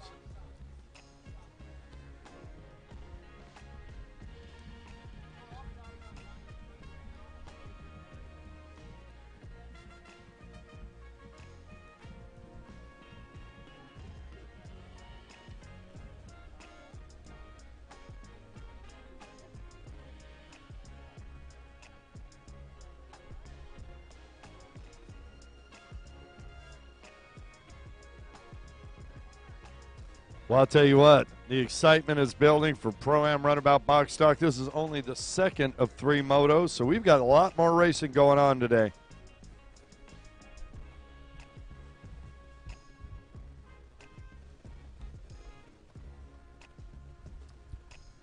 A lot of tech inspection taking place today.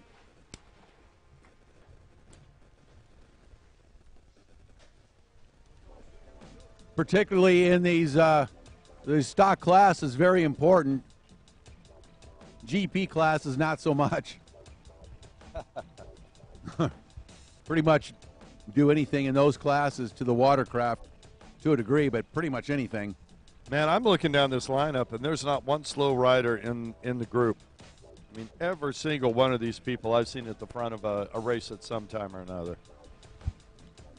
We saw this is Justin a stacked Taylor. field, no question. You're right. We saw Taylor out there just ripping it up today. Troy Snyder, I mean, how many race wins does he have in his career? Dennis Mack out of Loganville, he's been a front runner. Alan Delecky, he finished third in moto number 1, but he's been up front as well. Tim Miller out of Waco, Texas, absolutely brilliant yesterday, second. And first overall, of course, Brian Baldwin. Now, is Brian wearing the helmet cam today, Maverick?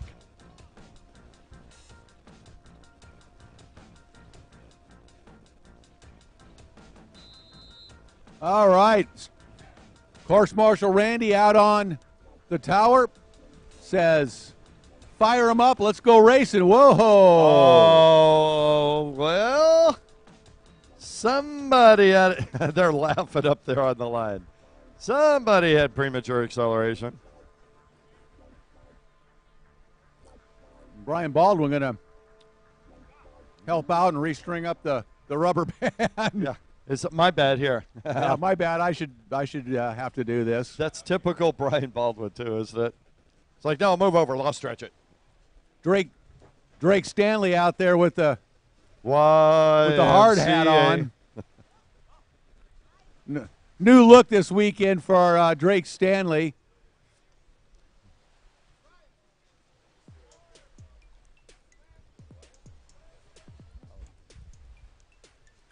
Scott, you need this? Somebody threw it up here. I don't know why. Get him in the head with it.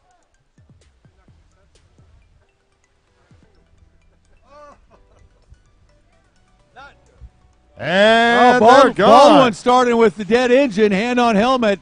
start, so this will be fun. This is going to be a lot of fun. Look at Brian. He didn't even try and start it fast. He's just kind of let it clear out a little bit. Well, Brian Baldwin normally out in front. Now he is running. Well, he was dead last. Not for long. Well, let's see what happens. That didn't take long. Let's see if he is able to get up through the pack into the lead before this thing's over. What do you think, Kurt? Nope. Jeff Dykowski not going to let that happen, and as he takes the lead. Baldwin's in last, and everyone else is scared silly. Oh, easy there. Make Yeah. sure. Going into the hole there, trying to make a pass. And he does, going side by side. But like you mentioned earlier, Kurt, he's got some good riders in front of him to work his way by now, working his way up through the pack. We'll keep an eye on defending national champion Brian Baldwin on the Yamaha out in front.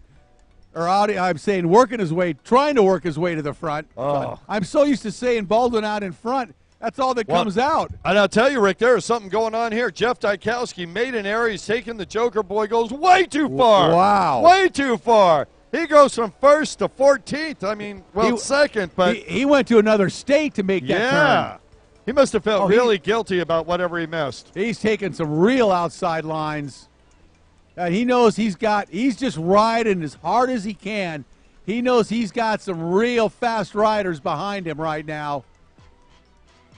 So Dykowski, he's like you like to say, he's making that boat about 10 feet wide. Yeah, maybe 12 feet at this point in the or weekend. more. Yeah, absolutely right.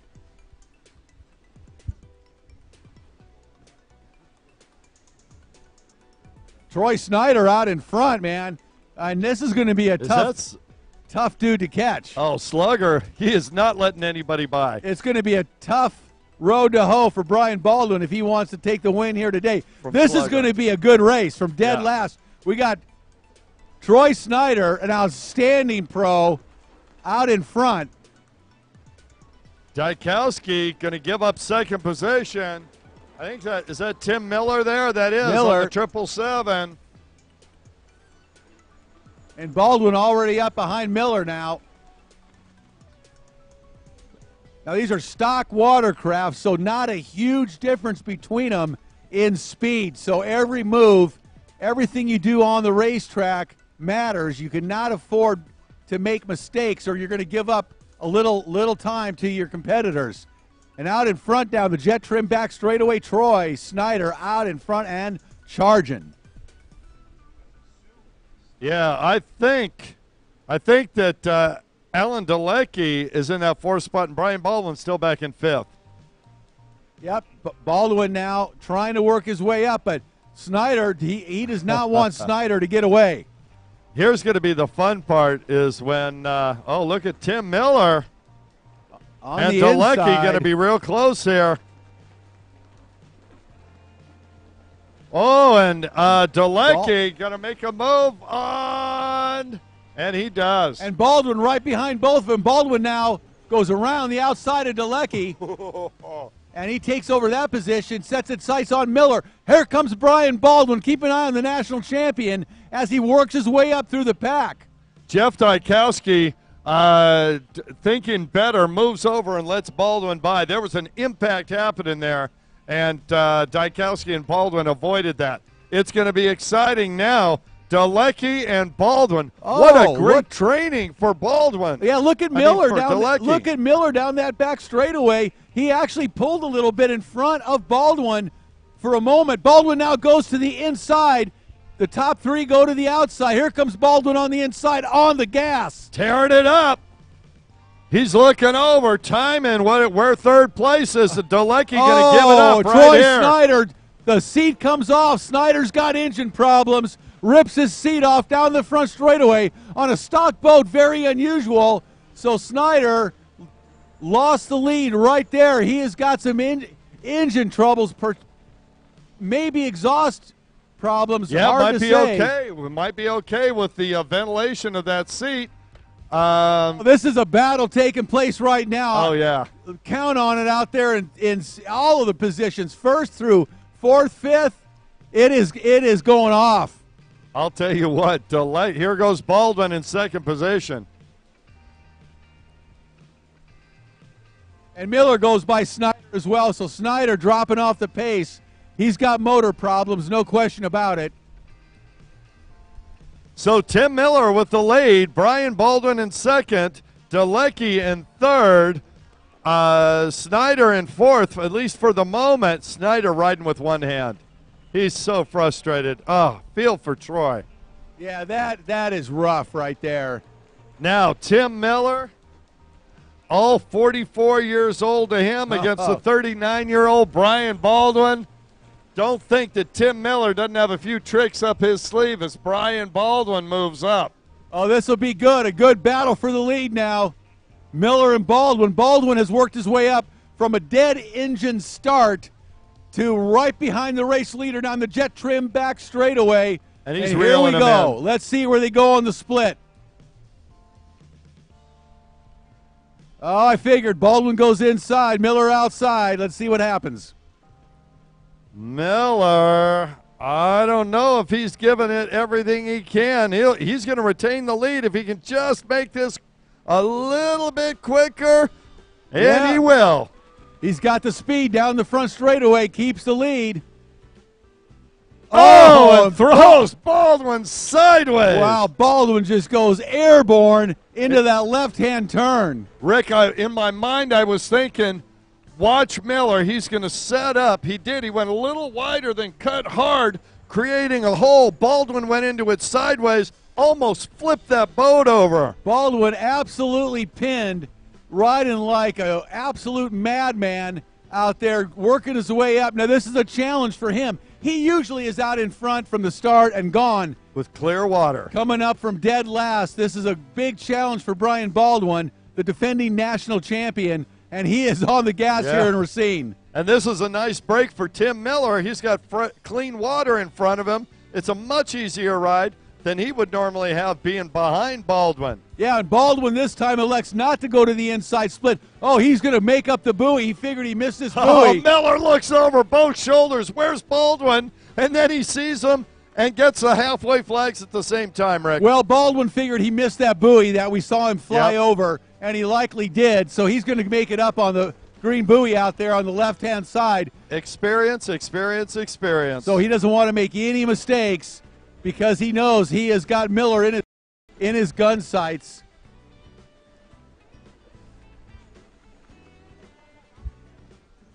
Down the back straightaway one more time go the race leaders. Miller not giving up anything to Baldwin, Kurt. I'll tell you what, Baldwin, though, starting to accelerate hard on the outside. He got out of the pump wash of Miller. He was going to try and make a move. He's going to go deep to the inside. Brian Baldwin on fire on the inside. Miller sauntering around the outside. Let's see what happens. Sauntering, you say? I say sauntering, and Brian Baldwin is attacking that inside. Here comes Baldwin on the They're inside. They're going to be side Miller by side down the front straightaway.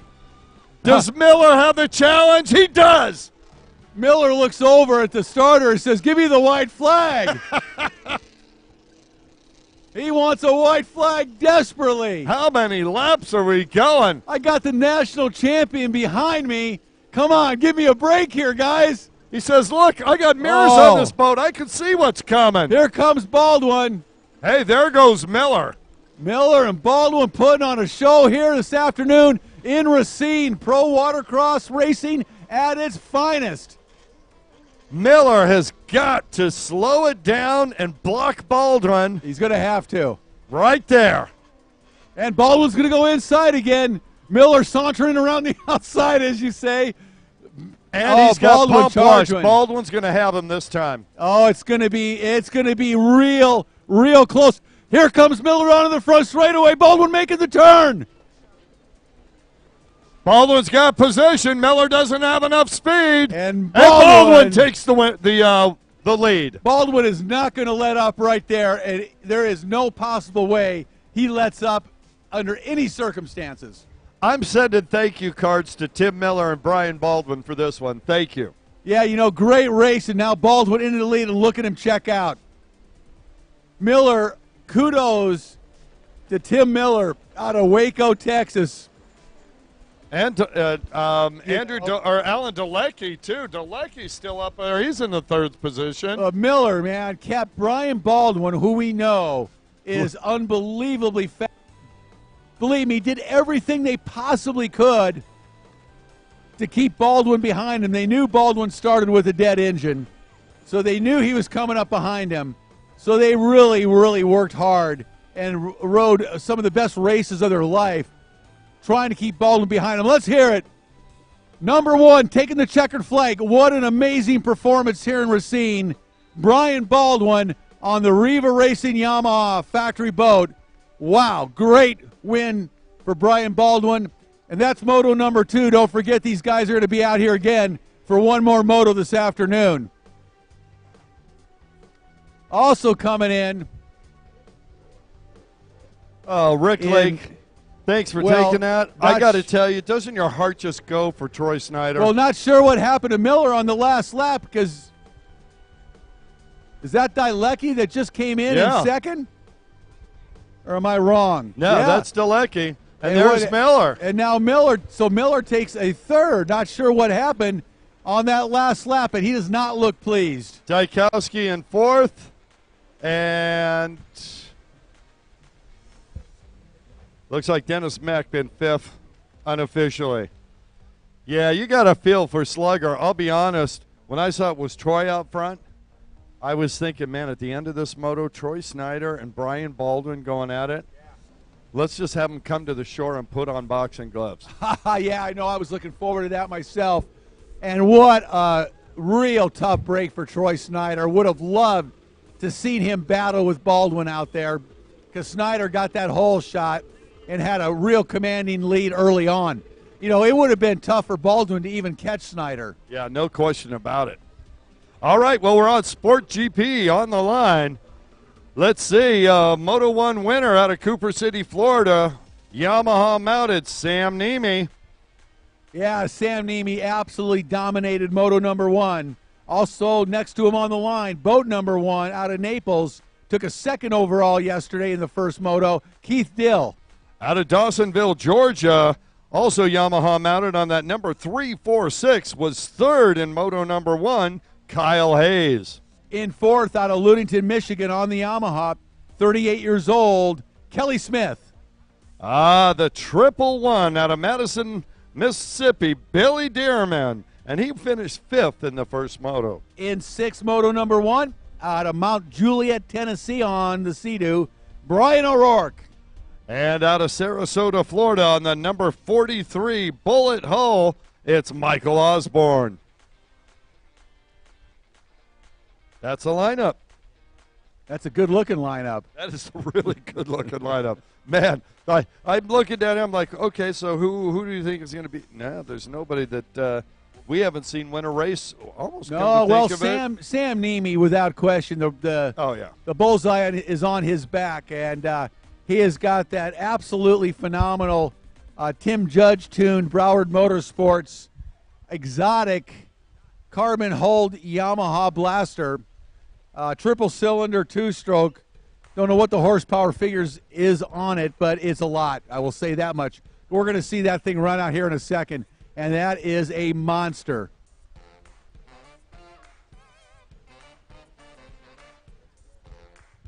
Right, that's, I believe, one of those Whamilton hulls. I believe it is a Whammer Jammer hull. And we were talking about it yesterday. You know, I talked to Whammer about that a couple of years ago. And he said the thing that he is most interested in when he's designing a hull is handling. Oh, he has made a lot of hulls through the years, designed a lot of watercraft, and Polaris Octane being one of them.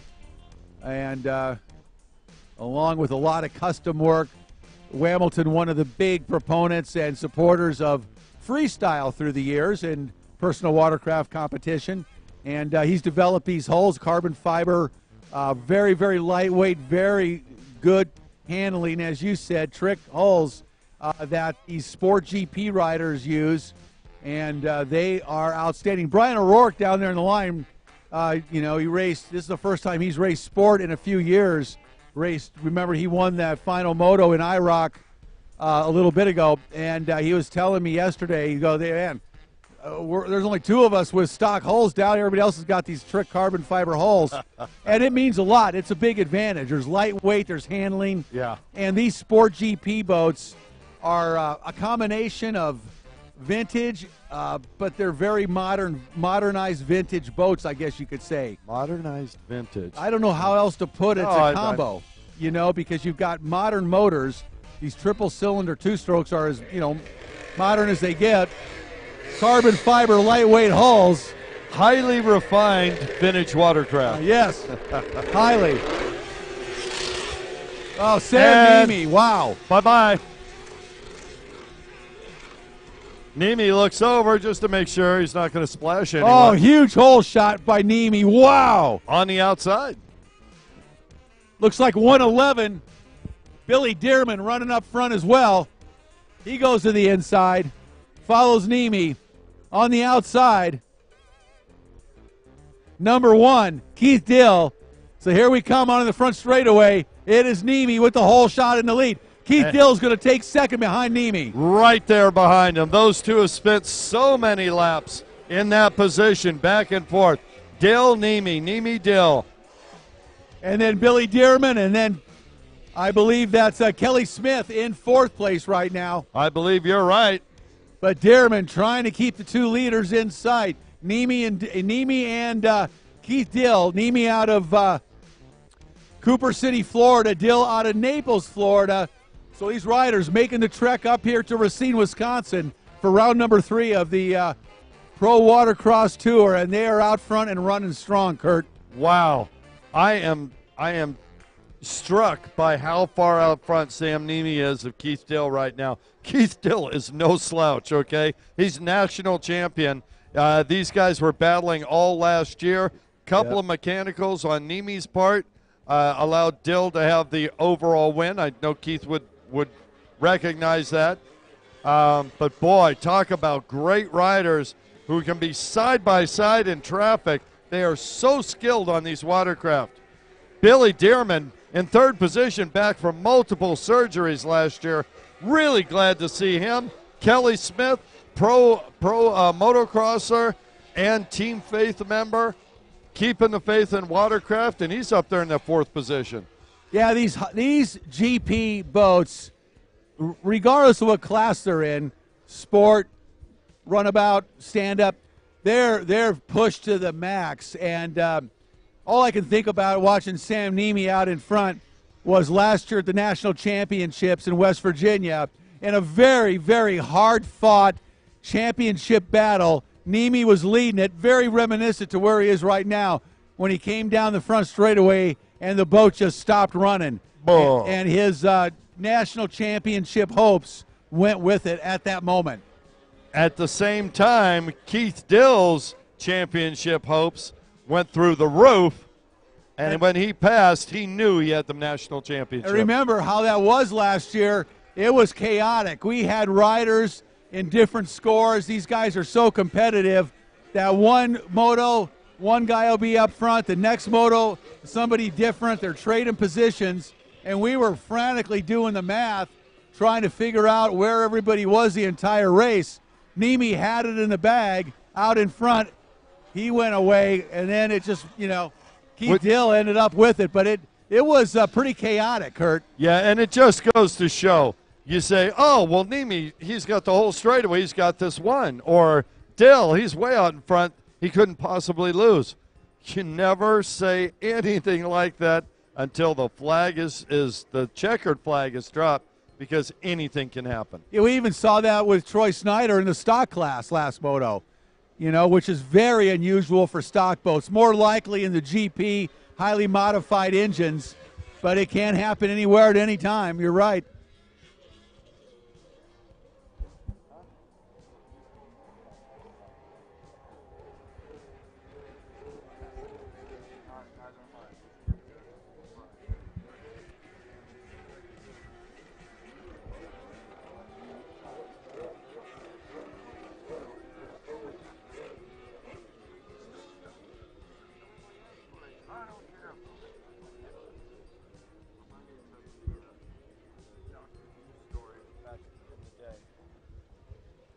Wow. Sam Nemi out on a Sunday cruise Look now. at that lead now. Full back straightaway plus. And totally Sam backed Nemi. off. You can see. I mean, he's not attacking this thing. He's just keeping it upright, waiting for somebody to come play with him. Yeah, at this point, he is going to save that motor now, back it off, like you said, just a little bit.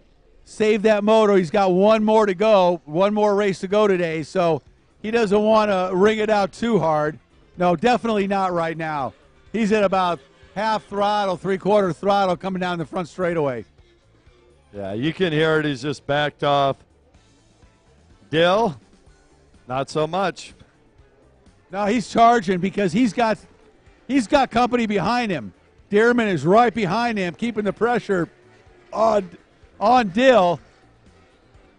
And Kelly Smith right back there as well. Along with, is that Kyle Hayes, I believe, Kyle on the Hayes, 346. 346.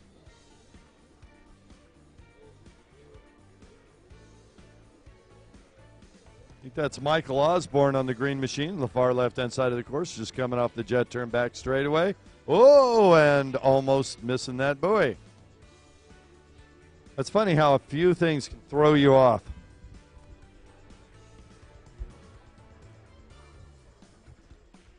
All right, Nemi, far side. Blue and yellow coming out for Osborne. Nemi has enough of a lead. He's backed it down to about three-quarters. He's going to stay with it. Keith Dill leading the rest of the pack, and look at this. Michael Osborne taking the inside, trying to make a move on somebody.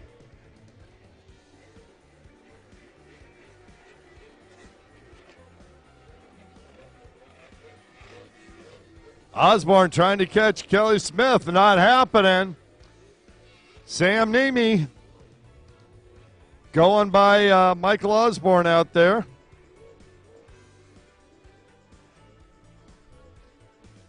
Nemi looking smooth as butter on that jet trim back straightaway.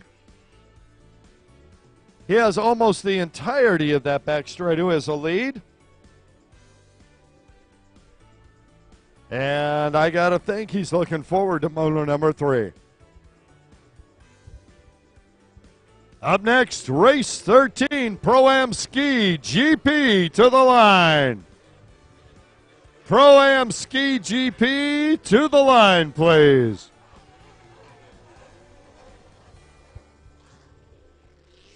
Keith Dill starting to pull away from Billy Dearman little by little. Dearman in a solid third position. He looks back over his shoulder. Kelly Smith right there. And looks like we lost Brian O'Rourke. Yeah, he dropped out a little bit early on. And, you know, these sport boats, one of the things we talk about is the riders absolutely have a lot of passion for riding these sport watercraft. Absolutely. They are so much fun to ride. And most people you talk to that have Yamaha wave blasters rarely get rid of them. We know some people that own many of them, and they collect them. They love them. They're a lot of fun to ride. For a lot of people, they're a perfect combination in between the stand-up and the runabout. One of my favorite boats. I'm kind of surprised they quit manufacturing them when they did. You know, it's kind of weird. Yeah, as am I. I think the writing on the wall at that time was 3-seaters, though. Yeah, oh, no question about it. Actually, they replaced it with the Wave Blaster 2, which was an abomination. Oh, did I say that out loud? I'm sorry. It absolutely was an abomination. You're right. Mr. Yamaha, pardon me. Well put. But, yeah, you know what? Manufacturers, they try real hard, but they don't hit a home run every time out. Hurricane.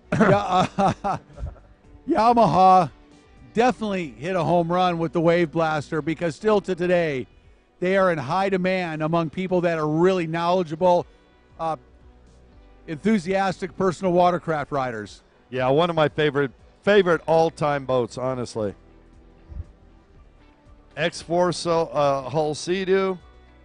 these, boy, in a GP 1800 Yamaha, that and SXR 1500, my garage would be full. These Wave Blaster replicas like Sam Nemi is on, as well as Keith Dill. Again, these are carbon fiber hulled replicas of the Wave Blaster, meaning the hulls have been dialed in to handle even better than the stock watercraft, as well as they're very, very much lighter. So you've got a lightweight hull, good handling hull, with a much higher horsepower motor that came stock in these boats, and they absolutely fly around the race course at times. And you'll see Sam Nemi when he's really on it and charging, he'll be in the air half the time, bouncing around the racetrack. Well, you know what? As I look out here, I'm thinking about the riders, the boats, and what I know of them. I'm pretty sure there's not even a two-cylinder in this race. Probably not. Which is what these boats came with originally, a 701 twin cylinder. Yes, they did. And so there's thousands, 1049s, 1100s. I don't know if there's anything larger than 1100 or 1200 out there. White flag comes out. One look at Sam's. Sam is on a Sunday afternoon ride here in Racine in moto number 2. Still got one more moto to go. Keith Dill, Sam's backed it off so much that Keith Dill's only a couple buoys behind him now. I have the feeling that Keith's not even pushing too much harder. I doubt it as well. Because he knows the distance he's got, and he knows darn well that if he caught up with Sam would give that extra quarter throttle and just squirt away. Sam's not going to let him get that close. Yeah. He just wants to save that motor, save a little fuel, mostly the motor. I think he's got plenty of fuel on board. Oh, we got Michael Osborne hit the eject button over there, I do believe. Back left-hand side of the racetrack. I'm sorry, that's not Michael Osborne. Who is that? Is that Kelly's? Let's take a look. That's Billy Dearman, I'll bet you. It is Dearman, boat 111.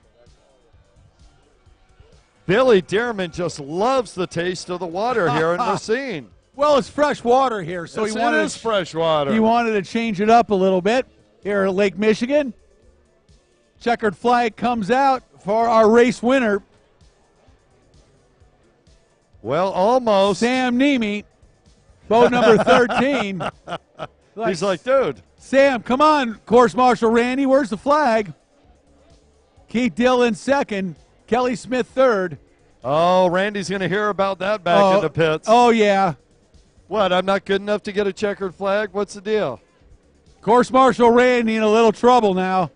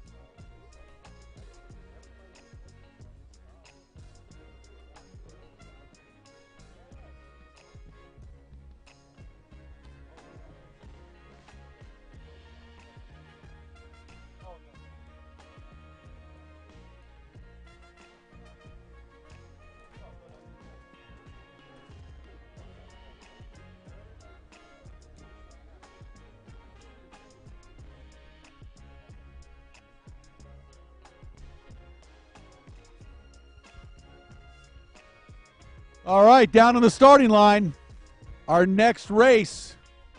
This is going to be a great one. Pro-Am Ski GP.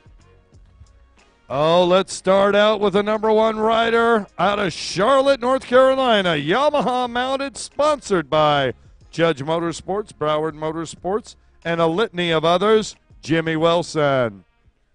Boat number 2 out of Ackworth, Georgia. See him on the line? There he is. On the factory Kawasaki, riding for Troy Lee Designs, Works H2O Designs, WWR Products, and Oakley, Craig Warner. On the number 3 Kawasaki out of Macella, Georgia. Sponsored by Spy, ODI Grip, Central Georgia Power Sports, Brock Harris. Number 12 out of Orlando, Florida, on the Kawasaki, riding for Liquid Wrench, Gunk, and Jet Pilot, Isaiah Washington. Out of High Point, North Carolina, 17-year-old Yamaha mounted on the number 15, Matthew Richuck. He's sponsored by STB Racing, Hurricane Racing, Amsoil, Jet Dynamics, Fly Racing, and Rock Tape. Number 44 out of Syracuse, Indiana. LLC and Speed Racing, Derek Powell.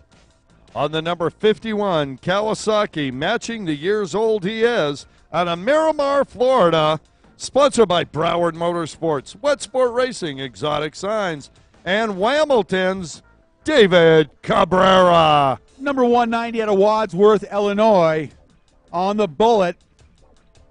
Bullet Hold Ski, riding for Wendricks Real Estate, Ultimate Watercraft, Mike Wendricks.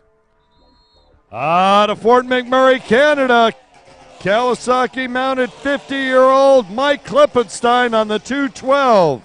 And number 314 out of Neo, Wisconsin, Tyler Vosters. Here we go. Pro-Am Ski GP. Watch Jimmy Wilson on the inside into the first turn. Watch Warner on the outside next to Klippenstein. Warner going to try and make a sweep. Klippenstein's on the inside. Clipper going strong. Warner going to sweep on the outside. They're side by side. Clipper going to take this one. Warner right there. Warner makes the move. Klippenstein went to the wrong buoy, and Warner taking a hole shot on the outside. Wilson going to get the drive and the hole shot. Warner in second. Who's in third? Now that was unbelievable right there, seeing Klippenstein kind of go towards the wrong buoy. Powell moves up past Klippenstein into third. Here comes Clipper behind Powell, but right now it's Jimmy Wilson on the Judge-tuned Watercraft out in front. Wow, and let's see if Warner on that factory Kawasaki 4-stroke has got anything for the 2-stroke of Jimmy Wilson today. This is all I wanted for Christmas. Well, remember yesterday, Warner got the hole shot only to have mechanicals and drop out early on, and Jimmy Wilson went on to take the win. And now Wilson out in front down the back straightaway. Warner in second. Looks like Powell third and Clipper in fourth. I'm making a prediction. Clipper's not going to stay there long. Clipper is on the gas. We will see. Clipper's got his work cut out for him. He's on the same stock ski he raced in the stock class. And some of these skis he's racing against are GP boats. So it's going to be a little more difficult for a Clipper in this one. Jimmy Wilson flying on that Judge-tuned Watercraft. Here comes Warner behind him. And Clipper takes over third from Powell. Wow, Clipper got by Powell. Those are the same two guys that battled in the stock class. Wendricks back in that fifth spot. Now Clipper's going to have to try to catch Warner. Warner's going to be on probably a significantly faster Watercraft than Clipper, but we'll see. Who knows? I say, from what I see out there, Clipper's pulling. Clipper's getting closer to Jimmy Wilson than Craig Warner is. I mean, the distance between them since the start of the race. Right now, Clipper is the fastest rider on the course, is what I'm saying, even faster than Wilson. Of course, Jimmy doesn't have to open it up until they get a little bit closer. Well, Wilson and Warner, excuse me, Rick, have been battling for 2 years. These two just go at it, and it's nice to have Clipper thrown in the mix. Jimmy Wilson down the front straightaway, boat number one with the race lead, and he is on the gas. Warner behind him, full throttle. And here comes Clipper from the inside. Clipper chose the inside split while Warner and Wilson using the outside. So I think one of the differences is there's so much horsepower in that SXR, they can't hold it wide open in the corners. Wilson, he's been with that package for so long, he knows everything that it does. He knows how many millimeters he can pull that throttle back at what lean angles and still stick to the water. Warner's going to have to wick it up a little bit if he wants to catch Wilson right here, but he is not letting Wilson get away too badly. He is keeping him in his sights. Clipper as well in third place, keeping Warner in his sights, and now they're settling into their race pace and their positions. We'll see what can happen. We'll see if they can find some way to make something happen, whether they pick some different lines, try some different splits, but right now, Wilson's definitely got the pressure on.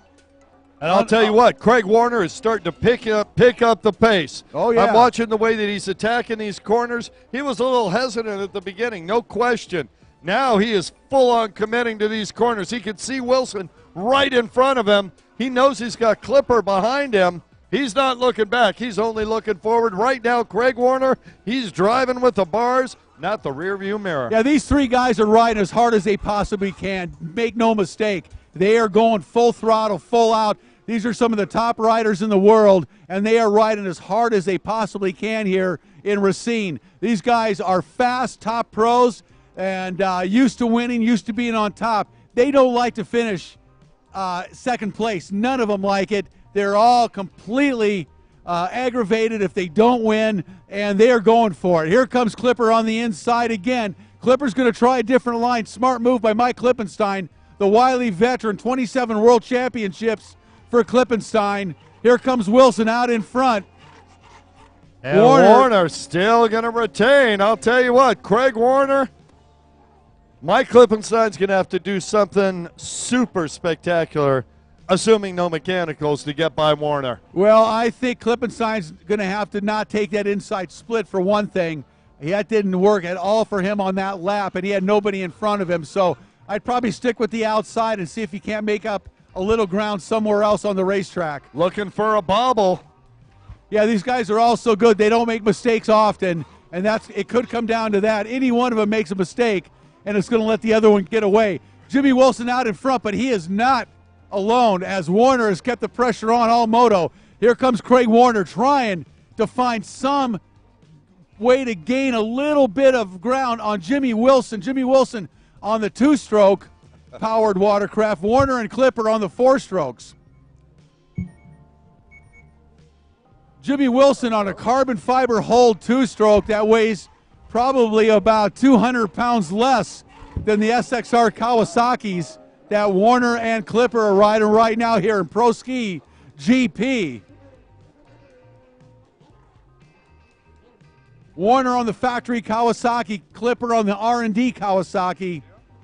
And that is not a full R&D GP ski he's on. That is a stock ski, relatively stock. Some mods done to it, but definitely not a GP ski that Clipper is riding here today. Warner, however, is on a factory Kawasaki, and they are constantly working on that watercraft, trying to find handling, trying to find speed as they develop the four strokes. Jimmy Wilson, though, leading the way, flawless thus far today. Wow, you can't say enough about Jimmy Wilson's style and ability. He rarely makes a mistake, makes it look really easy out in front, and make no mistake, he is digging deep right now, trying to keep the factory Kawasaki of Craig Warner behind him. Here comes Wilson down the front straightaway. Here comes Warner, and here comes Clipper. This is an outstanding race right now, ladies and gentlemen. We're seeing here in Racine, three of the top riders in the world getting it on right in front of us here in Lake Michigan. Wilson, Warner, Clipper on the gas, putting on a show here, and this is as good as it gets. But Jimmy Wilson right now, kudos to Wilson. He has not given up an inch, and he has not made a mistake so far. It could come down to that as the motos wear on. Here comes Warner. Warner really throwing that Kawasaki sideways, trying anything he can down the jet trim back straightaway to gain on Jimmy Wilson. I got one word for you, Rick Lake, that's going to make this even more exciting. Lap traffic. Well, it's going to get rougher. We're going to get lappers, and that could be a deciding factor. You are absolutely right, Kurt Nolenberg.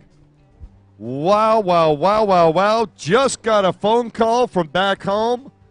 A lot of fast racers up in the Reading area, and got told the fire is spreading, and they are evacuating even more people out there to keep them safe. Oh, it's so heartbreaking to hear. Tragic summer around the world with these horrible fires. And right now, Lake Michigan's on fire here on the Pro Watercross Tour with Wilson, Warner, and Clipper absolutely tearing it up out here. I'm enjoying this as much as I have in a long time, watching these three champions battle in Pro Ski GP. This is outstanding, Kurt. Like I said, happy birthday to me, and they're coming up on lap traffic. Jimmy Wilson is like a surgeon in traffic. And here comes Warner. Warner closed the gap a little bit. Just a little bit right there, maybe a boat length, but it looks like Wilson opens it back up on the straightaway. I know. It's like every different parts of this. I'm noticing a hole at the back of the back straightaway there that wasn't there during yesterday's, or maybe it was, didn't notice it. So these riders have to be very cautious coming off that back straightaway. Well, what I've always found really hard to do is on the at the end of a long back straightaway is backing it down to make that corner after you're full throttle for such a long time. And here we go, working through lap traffic. Here comes Wilson, Warner now, and look at Clipper right there. Look at Clipper on Warner. Clipper putting the pressure on Craig Warner. It's Mike Klippenstein, the multi-time world champion out of Fort McMurray, Canada, on the gas behind Craig Warner. Here comes Clipper. I don't think Warner even knows he's there. He's concentrating on the lappers in front of him. He's looking for the quickest way to get by and jump back up there with Jimmy Wilson. And there's a lot going on out there. Look at these lappers in front of him. Warner starting to pull up on Wilson. Wilson now in pump juice behind the lap traffic. Wilson flying all over the place, looking for some clean water. Goes to the inside down the end of the back straightaway, around lap traffic, making a turn. Here comes Wilson on the left-hand side of the race course. White flag is out, final lap. Here we go. Where's Warner going, inside or outside? Oh, he's got to go outside. Here they go for all the mud and the blood and the beer. Moto number 2 Pro. And Warner goes down. Is that Warner that went down? Warner's out here, right here. Oh, my God, here comes Wilson on the outside making Warner the turn. Right behind him. Warner closes the gap, and it's going to be Jimmy Wilson taking the checkered flag. Wow. Warner hangs on, gets down low, just to pin it to keep second in front, barely in front of the Clipper. I'll tell you what. You guys like pro ski racing or what? That is as good as it gets right there, Racine. Hey, I got an idea. Do it again, do it again, do it again. Hey, we got one more moto to go, Kurt Nolenberg. Oh, yeah, I know. We got way more than that. Just one more in Pro-Am Ski GP. And just for a moment to follow up on your comment about the fires in Northern California, there's fires all over the world. A horrible scene in Athens, Greece this week. Just like I said, absolutely heartbreaking. And our thoughts and prayers go out to everybody around the world that's dealing with that right now, because I can hardly take it when I see these people that lose their homes. It's just, I couldn't even imagine the feeling and how you endure that. But they seem to do it with a lot of strength and courage, maybe more than I could ever muster, I think. And, prayers to all of them. And I'm going to throw this out here because I lived up there where it's on fire right now for many years, running a fishing lodge, and I've been through some of these fires. These firefighters who are risking their lives are ultimate heroes. I'm going to tell you, man. These people they'll drive into incredible heat, and with the limited access, and they know if they don't do it right, they're going to be stuck there in the middle of a whirlwind of fire. They are true heroes, and God bless them. And we do lose firefighters occasionally. You're absolutely right, Kurt Nolenberg. This might be Jimmy Buffett coming in to take a look. I don't know. A little seaplane. Oshkosh. Oshkosh Bagash, yeah. Beautiful. Yeah. So what an afternoon here in Racine, Wisconsin. The shores of Lake Michigan. Rick Lake with Kurt Nolenberg bringing you the action. And, It could not be a better weekend. We have a light breeze coming off of Lake Michigan. Temps in the, high 70s probably, and it couldn't be nicer. It's a perfect summer day, and we just saw an epic battle in Pro Ski GP. Wow. It's like I need to take a break here. But we can't, because down on the line, it's Pro-Am Runabout GP. Oh, yes, it is. On that number 8 machine out of Rydell, Georgia. Yamaha mounted, 60 years old, Jeff Dykowski. Boat number 66 out of Cuerno, Kansas. On the Sea-Doo, 47-year-old Mark Roberts. On that number 75 Sea-Doo out of Essex, Maryland, Justin Taylor. Back on the starting line after that amazing performance in stock runabout, number 502 out of Denver, North Carolina, on the factory Yamaha, Brian Baldwin. On the 717 out of Macomb, Michigan, Sea-Doo mounted, Alan Dalecki. And 777 back on the water out of Waco, Texas, riding for Dean's team and Jet Trim, Tim Miller. So we called out 6. We've only got 4 on the line. And we're not waiting. Here we go.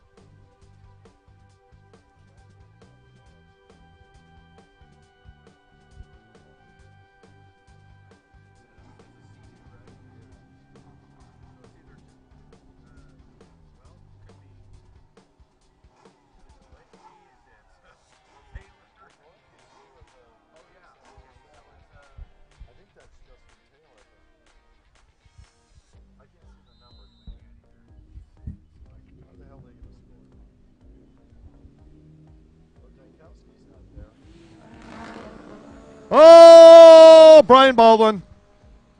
Alan Dalecki on the inside with a sweet hole shot on that brilliant green Sea-Doo.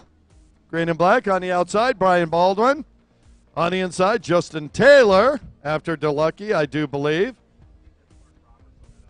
That's the Mark Roberts, that 66 machine. Oh, and look at Brian Baldwin make that turn and rocket down the front straightaway into the lead. Wow. Well, Dalecki doing a great job, and as you just said, Mark Roberts into third. Wow. Brian Baldwin made that left-hand turn coming off the start split and just pinned it and rocketed down that front straightaway. What an amazing machine that Brian Baldwin's on here. That GP Yamaha. Wow, that thing is a rocket ship out there. What a monster. But the Sea-Doo in second place, that is no slouch, Kurt I'll tell you what, Alan Dalecki has been tearing it up this whole weekend. Alan Dalecki on the D's Marine Fly Racing Sea-Doo. That is one fast Sea-Doo he is on out there trying to keep up with Brian Baldwin. Brian Baldwin. Yeah, so Dalecki taking over for Arminio Iantoska. Always a burr in Brian Baldwin's behind. Did I say that, the Triple Bs? Oh, we saw, Iantoska and Baldwin battle last year just tooth and nail all season long. Oh, and I'll tell you what, at World Championships, that race, spectacular. Oh, man. Oh. Yeah, Arminio using the big sausage as a berm. Yeah. I'll never forget that. Right. I didn't think he was going to make it and make the turn. He just without the sausage, he wouldn't have. Throws it completely sideways and bounces off the big, giant, inflatable sausage out in the race course, bounces off of it and keeps going in pursuit of Baldwin.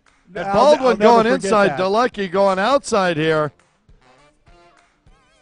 Looks to me like there might have been a change on that outside split from the last race. Yeah, definitely not a big advantage now, at least with Baldwin on the inside. Yeah. But, all bets are off. Gone. Bye-bye.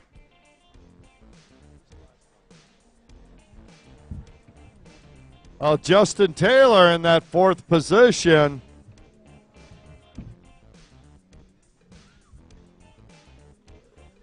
So it looks like Tim Miller and Jeff Dykowski were not able to start this race.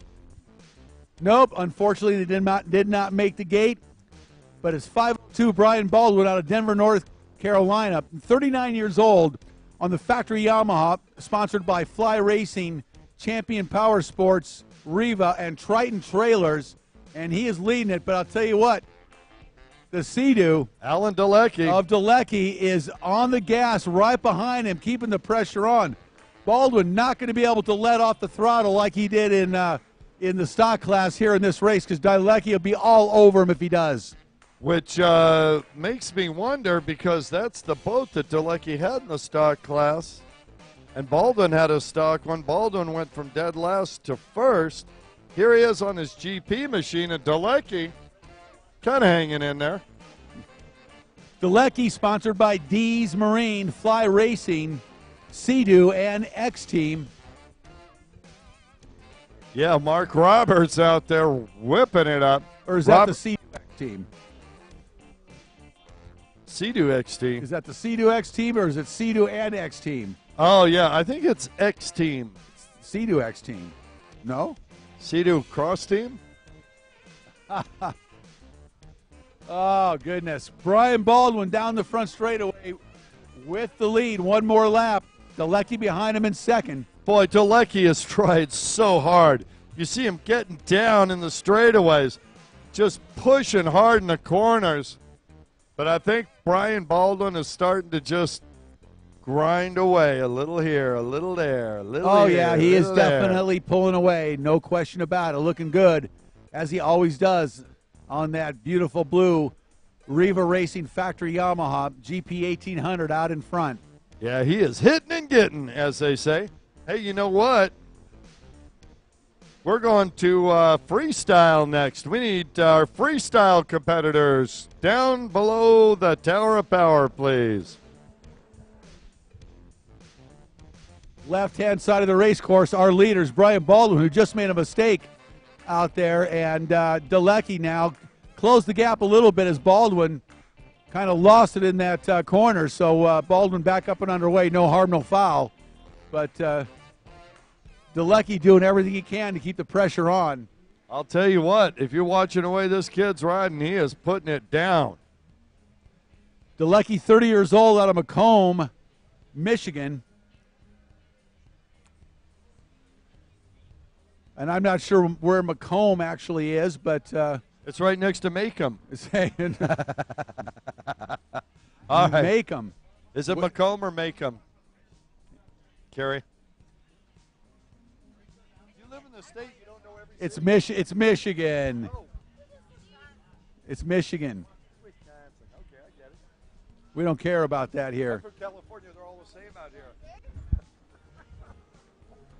Thank you.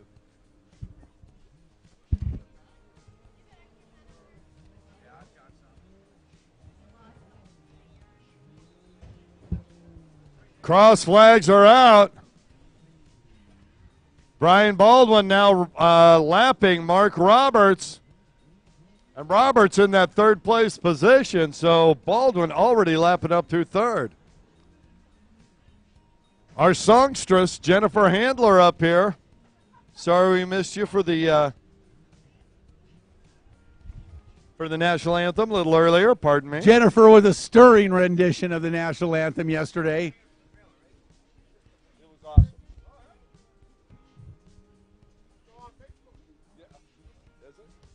Brian Baldwin out in front, continues to lead here in Pro-Am Runabout GP Moto number 2. And Justin Taylor out for a Sunday ride now. Look at this. Taylor was just going wide, taking it easy, but he sees Baldwin coming, and now he wicks it up. Brian, let's go play. He looks over. Come on, Brian, I'm going to cut you off. And he goes way wide. Yeah, he wasn't going to have any part of that. No, thank you. He was just having a little fun as Baldwin went by. Brian Baldwin, the defending national champion in Pro-Am Runabout GP on the factory Yamaha, and we can see why. You okay? Yeah, I'm okay. Did I get you over? No. Worried about you. Give me a hug. Did you guys get along? Brian Baldwin out in front, Dalecki in second as the laps wind down here. Moto number 2, Pro-Am Runabout GP. Up next, we are going to have freestyle.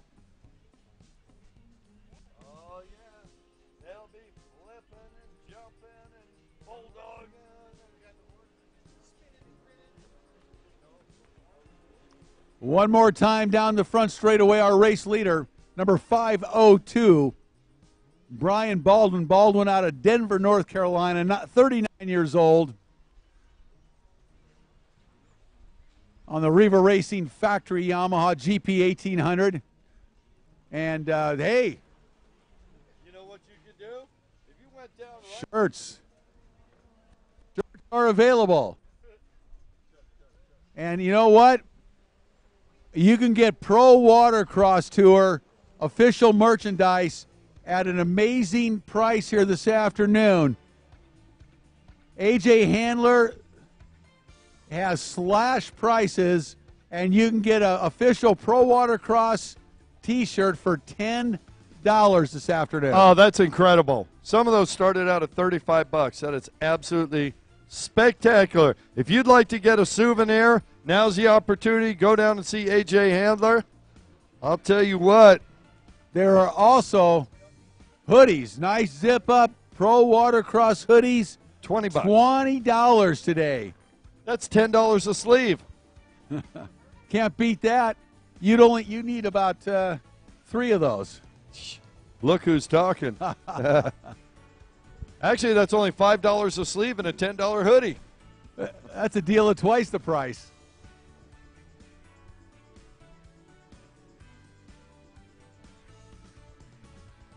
I see freestylers coming.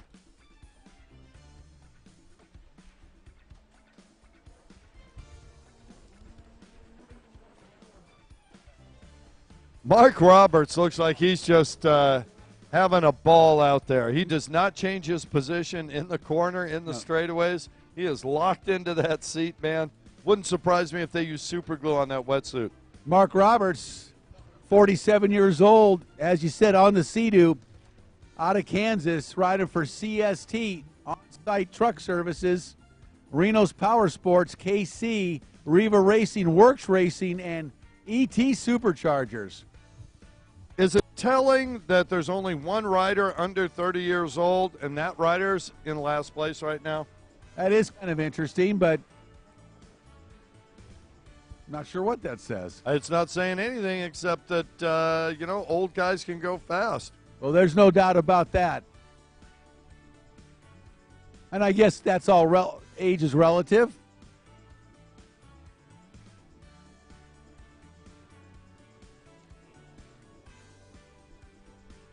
Looks like a couple laps left to go for our race leader, Brian Baldwin. Baldwin just putting it down. He is just doing his laps. This is like practice for him. White flag comes out. 1 lap to go here in Pro-Am Runabout GP.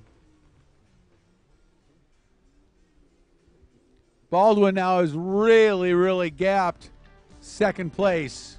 Dalicki really gave him a run early on, but it's been Baldwin just really pulling away since then. I'd say a half a lap lead, and then if you look, Dalicki's got at least of a third of a lap lead over third place. Yeah, they've really spread out here in the latter half of this moto, to be sure. White flag for Dalicki on the Sea-Doo.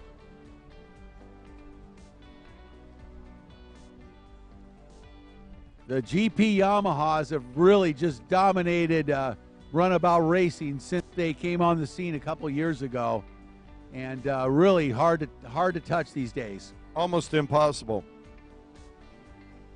And here it comes. Checkered flag out. Your wire-to-wire winner. Big Bad Belly Belchin, Brian Baldwin.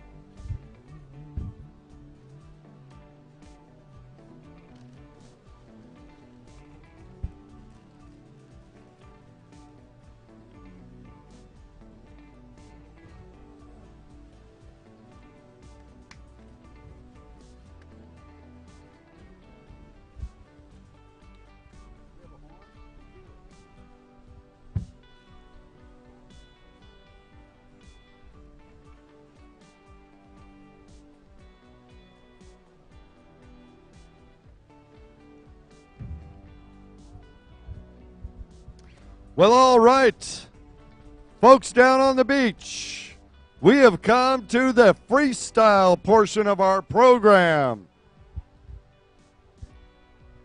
If you want to see some great freestyle action, head on down here. They're going to be performing right in front of us. We're also going to give away some prize swag. We've got a lot. We want it all gone today. If you want to get a T-shirt, go down there, get one for $10. You can come by and have our riders sign it.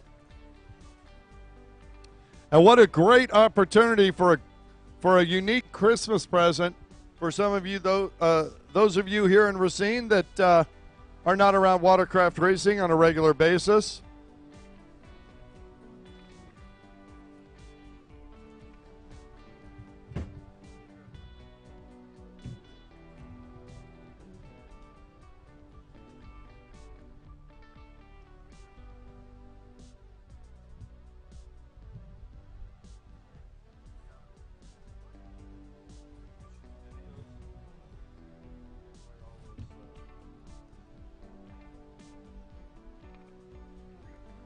We've got test. Oh, yeah, it's on. For better, for worse.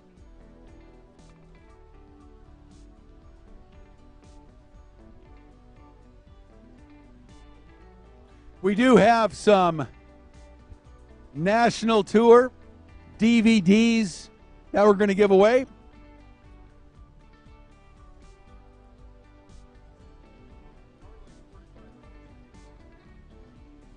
A $45 value.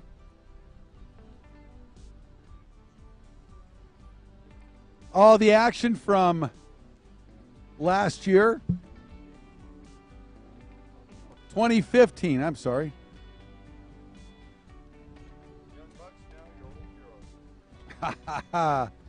Oh, yeah. Who wants a DVD? Anybody want a Pro Watercross DVD? Well, this guy's got a good arm, but I don't know how far he can flick that DVD Well, without I'll tell you what, anybody. I don't want to take anybody out, so I've got to make sure everybody down here is looking upwards. So freestyle going to start in a few moments. We need to lighten up the tower just a little bit. Any of the kids down there, you guys play video games? Well, we don't have any of those, but we've got DVDs of Pro Watercross, which is something you do outside in the real world, and it is a ball. And we're going to give them to you free. But I'm so worried about hitting those children. Here. What are you going to do, go down? Or are you going to throw them?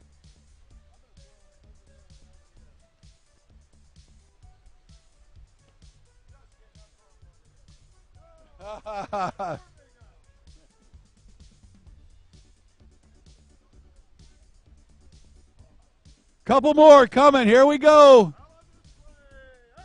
Heads up. Heads up.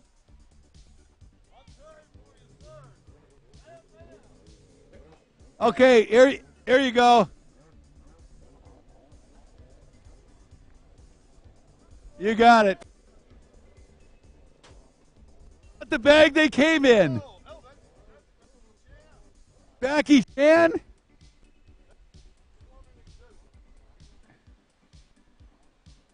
And there's a DVD in here as well. What is this one?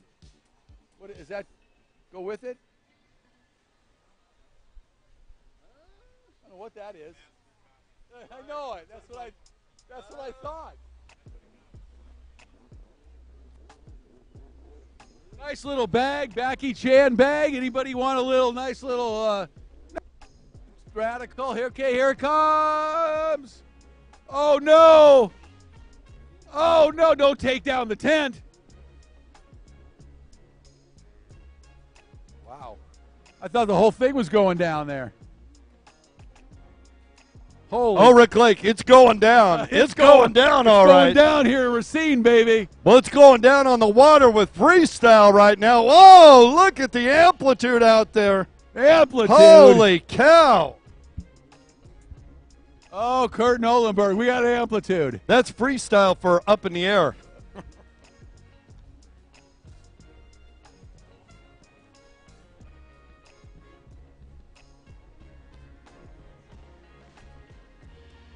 Want to do it like we did yesterday? I'll do this.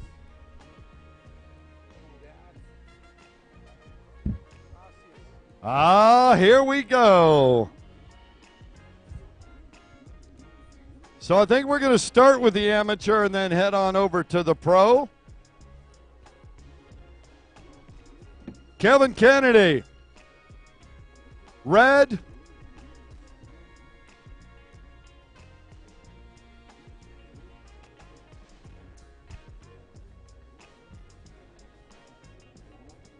Whoa.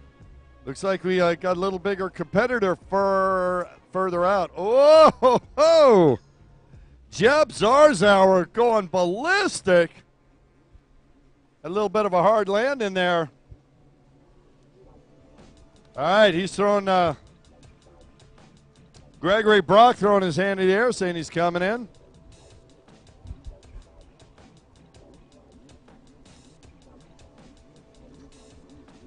Roll it.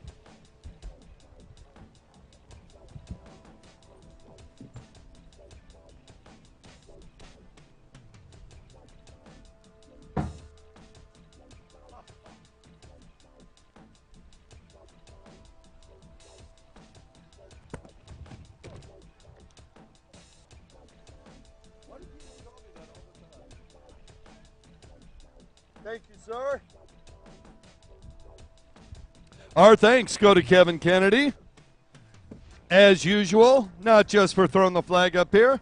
This gentleman, after he's done racing and helping, got to run back so he can go right back to work. Kevin Kennedy, you are the ultimate pro Watercross employee, let me tell you. The ultimate something.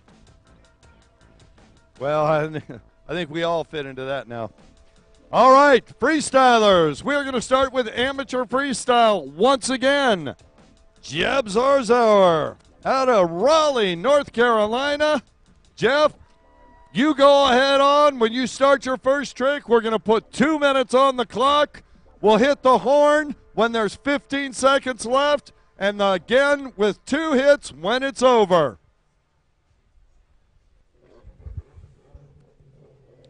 Folks on the beach, if you missed this yesterday, this is the truth.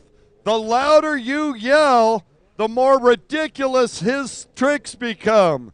You want to see him get sky shot over that blue tent out there? Yell like crazy. Jeb Zarzauer starting out. First trick, there he goes. 2 backflips, 3 backflips in a row. How about that? Wow, if that's not impressive, I don't know what will be. Zarzauer coming back around, digging his feet into the handhold, setting up, and a 180 back. Oh, well, that was almost a complete backflip, and that was definitely a nose stab at the end. Zarzauer back up in the tray, though, no lost time. He wants to get trick after trick after trick in. The quicker and the more tricks they can pack into this 2 minutes, the higher the score. Beautiful backflip. Oh, a one-handed and doing a little knack-knack, throwing one foot back. Wasn't able to land it. And he must be incredibly tall out there. And he's got it going.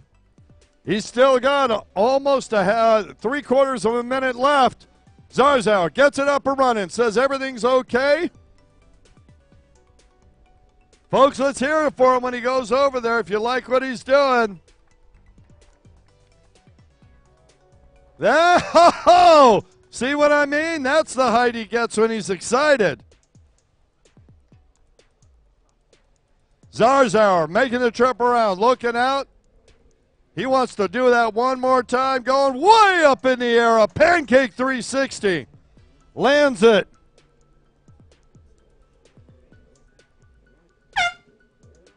Zarzauer's got 15 seconds left, a backflip. Good one, coming towards the shore. 5 seconds left, what's he gonna do? Better be spectacular.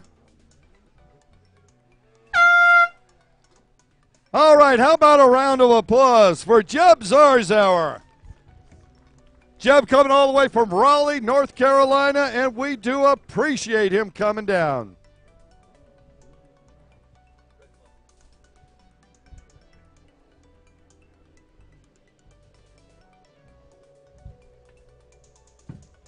All right, Jeb was the only amateur that we had today in pro freestyle. We're going to mix it up a little bit. Gary, are you ready? Gary, you're not ready. Doug, you're ready. Greg, you are up, sir. We'll wait until you're ready with your first trick. 2 minutes on the clock. At 1:45, we'll let you know with the horn.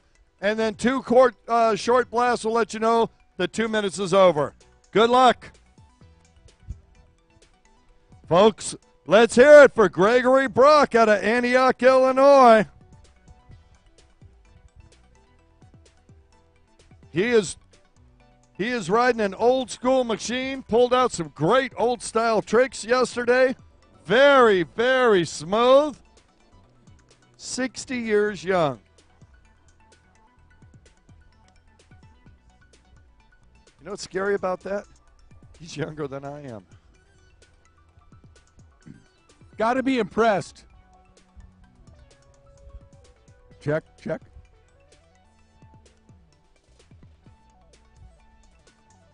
You got to be impressed with the abilities of Greg Brock out here. He is very impressive yesterday. And 60 years old, really fun to see a rider on an old school. This is a Kawasaki 750. There he goes. That's a nose stab, a 180. He turns another 180 right here. Bulldog's out. Bulldog's at around 360, riding out. He's up on the hood, one-handed. Let him hear it, folks. Spins it around, another 360, riding up on the hood, one-handed. He's grabbing it, no-handed. Spins around, going to put a fountain out there. Look out, scoring. Here it comes. Oh, yeah, let him hear it, folks. Oh, nice fountain and a transition right back into the tray. He gets up into the normal riding position. Very smooth transition that time. Very impressive riding for Greg Brock. No question, and you notice he's going over there. He wants to try and pull the tricks off more in front of the crowd, but the depth is it's just not deep enough for some of the tricks he's going to do. Looks at as he goes out into the deeper water. I'm looking for a submarine out there, and I think that's what's coming. Upside down submarine. Doesn't quite pull it off, but I give him an A for effort on that one. I give him a AA top fuel. Excuse the expression, bitch. Well said. Old school.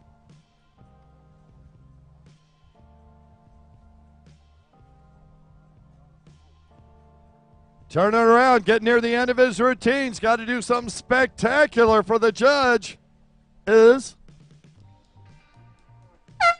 a 180 into a tail stand. Nice tail stand.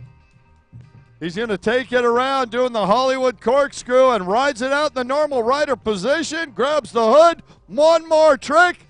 Spins it, and that's it. Wow.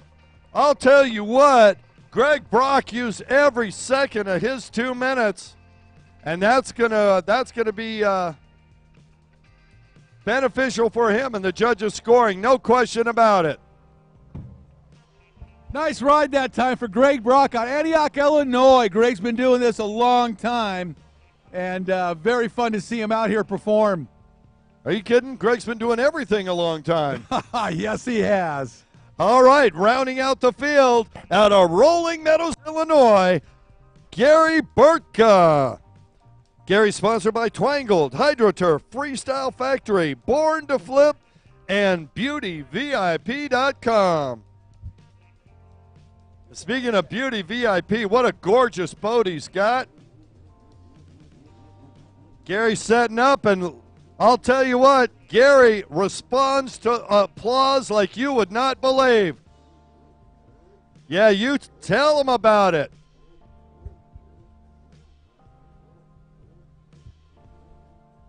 Now we'll wait for Gary to do his first trick, and as you've heard already, he'll have 2 minutes to perform as many as he can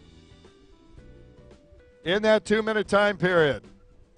We'll let him know when he's got 15 seconds left. And at his age, that's all about he needs is 2 minutes. Backflip, that starts. Put one hand in the air. He is ready to go. Gary checking out the water, trying to rough it up. He's in deep water. What's he going to do? Oh, a one-handed lander into a tailspin. Wow! And he comes out 360. Gary Burtka throwing down the combos early in his routine. That is fantastic. He throws a pancake 180, drives away out of it. He's setting up for something aerial. You can see him kicking his feet into those footholds. 1,100 cc's, a snarling two-stroke monster, and Gary Burtka does a backflip, rides it out sideways, and stays in the tray.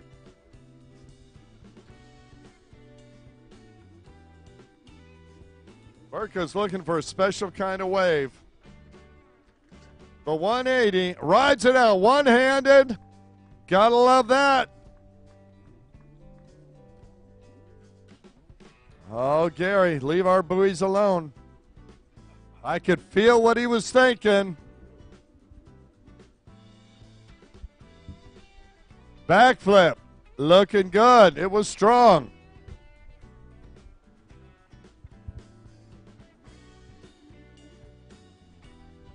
One more time, Gary Burtka.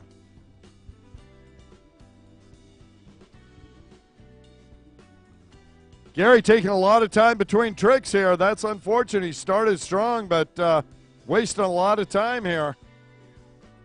Oh, a no-hander lander. Kind of keeps with the landing.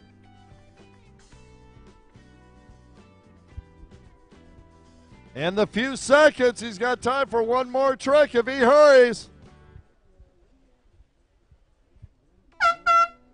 And that'll do it for Gary Burtka.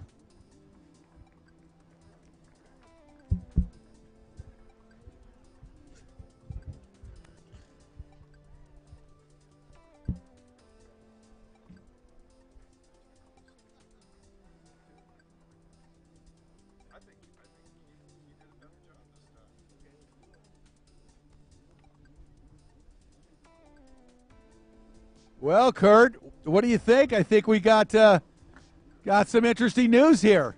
Well, I'll tell you what, freestyle riders, I hope you ate your Wheaties and brought some fuel, because Gregory Brock, Zach, beneath us, Zach, he needs to go back on the water. Oh, yeah. Sorry about that. You guys tied it up. We need to have a runoff between Gregory Brock and Gary Burtka if he saves enough fuel. Going to have a runoff. And Gregory, if you'd let him know. Gary Burtka, you need to come back to Wisconsin. He's from Michigan. He's heading home to Michigan. All right. Red flag.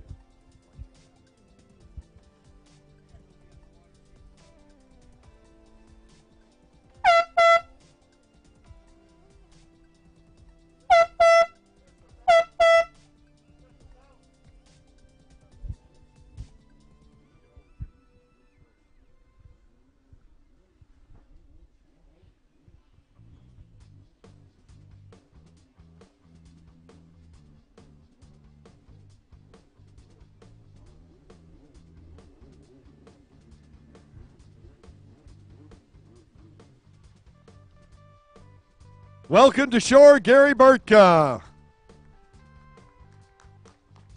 So, Gary, there's good news and there's bad news. The good news is you didn't lose. The bad news is we got a runoff going on between you two. We're going to let Gregory do it. Yeah, you just came in. Greg will go out. Oh, no. Gary won. What is that? They call it Rochambeau. I don't know why. I call it rock, paper, scissors.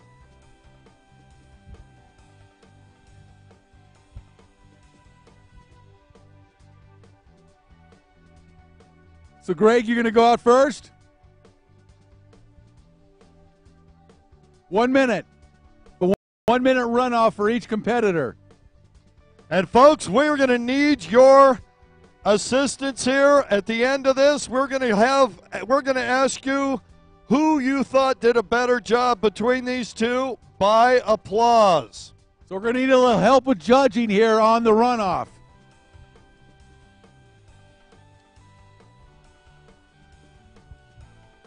Now, I'm not saying I would do all of my tricks over near the crowd if that was me, but I might. We need the crowd to pay very close attention to every detail that our riders perform with, because we're going to have you help us judge with your applause. So going out one more time, and this is only going to be a 1 minute run. The first time they have 2 minutes, this is going to be 1 minute each. And we'll give him the horn at 45 seconds, let you know you got 15 seconds left. His 1 minute will start with his first trick. Gregory Brock out of Antioch, Illinois, 60 years old, sponsored by Lee Monroe Freestyle Factory in Twangled.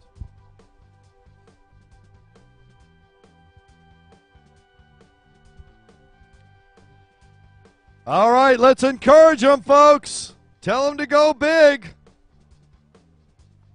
Come on, let's hear it.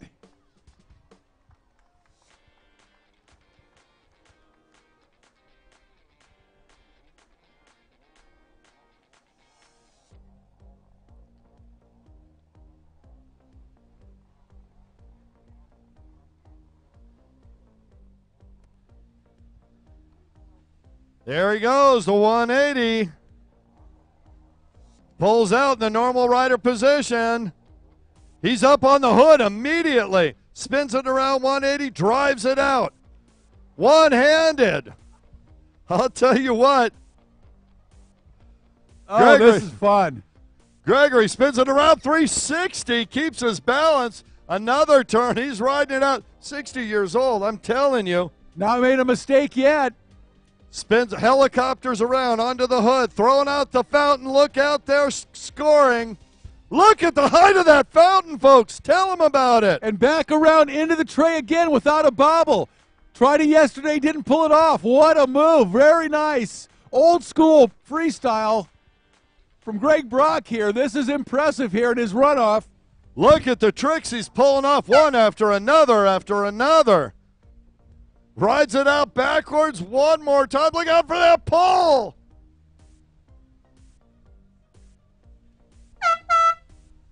Wow. How about a round of applause for Gregory Brock? All right, Gary Burtka, 1 minute. Nice routine that time. Let's hear it one more time, Greg Brock. All right. I think he's done. So our next runoff would be 30 seconds. Is that right? Best trick. I'll tell you what. That was a lot of tricks in a row. Yeah, nice routine that time. Really combined them fluid from one to the next. No question. Gary Burtka, pressure's on him now. Gary's going to have to not make many mistakes if he's going to keep up with Greg Brock on this one. He's doing some high-flying moves, but he's got to, you got to do more than 3 of them, yeah.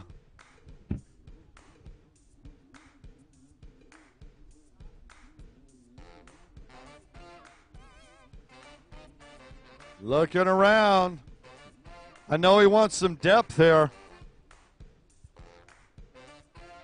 1 minute for fame and stardom. Gary Burtka. He's got to be nervous. Here we go. Backflip, lands it, one hand in the air. Looking for a little applause. Spins around. He's going to set up for another. Here he goes. A full 360 backflip into a 180, into another 180, into another 360 turnaround one-hander as he comes out of it. Burka must have heard about it from his pit crew as he came in. We wanted to see more tricks in a row. Here he goes. A full backflip, one-handed landed into a tail stand.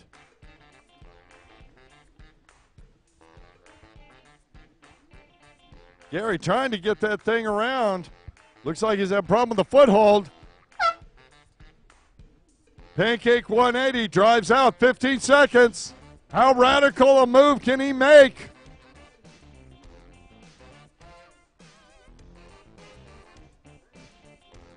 And a huge nose stab, and he comes out with a one hand on the bars.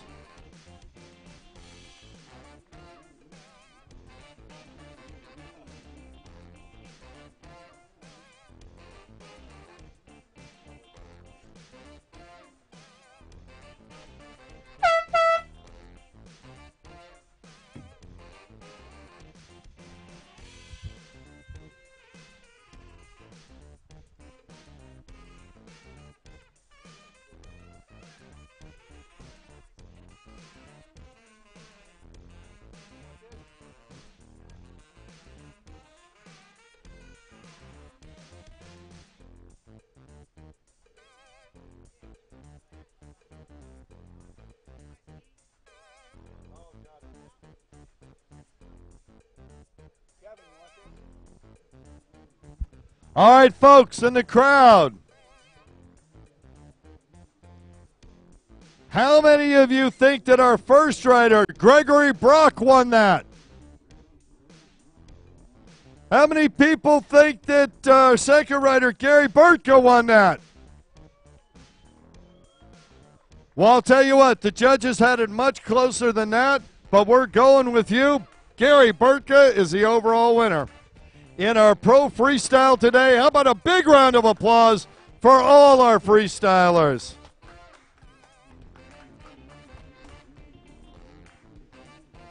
Wow, appreciate that. And folks, I got to tell you, you see a lot of great racing out here, and those racers put a lot of time and effort into it.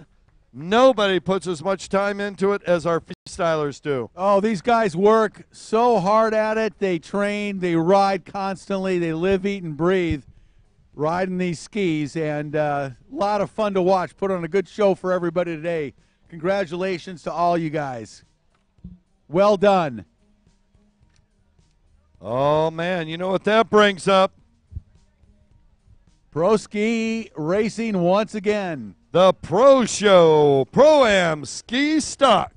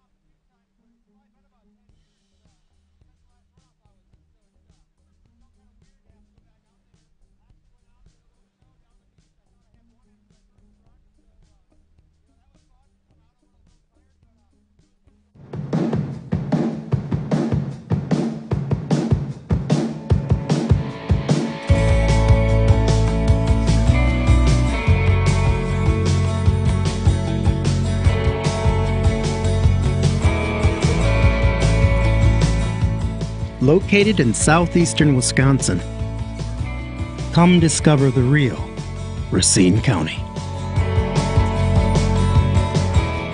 Plan your visit today at realracine.com.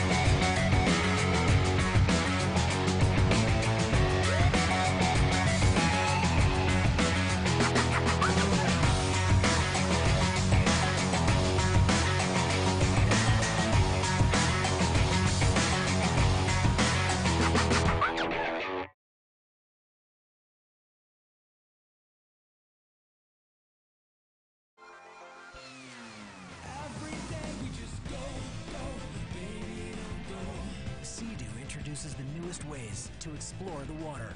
Load up all your gear, catch some rays, grab a bite to eat, crank up some tunes, and tons more. Every day we just go, baby, don't go. Every day we just go. Sea-Doo, escape the everyday. Every day we just go.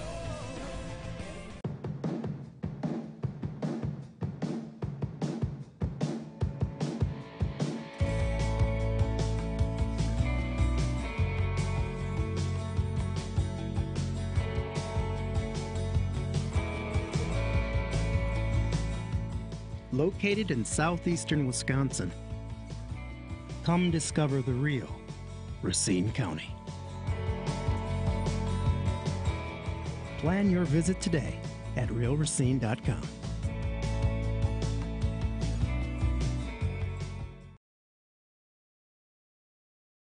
Broward Motorsports, South Florida's premier power sports dealer with 4 locations: Davie, Fort Lauderdale, West Palm Beach, and Tequesta.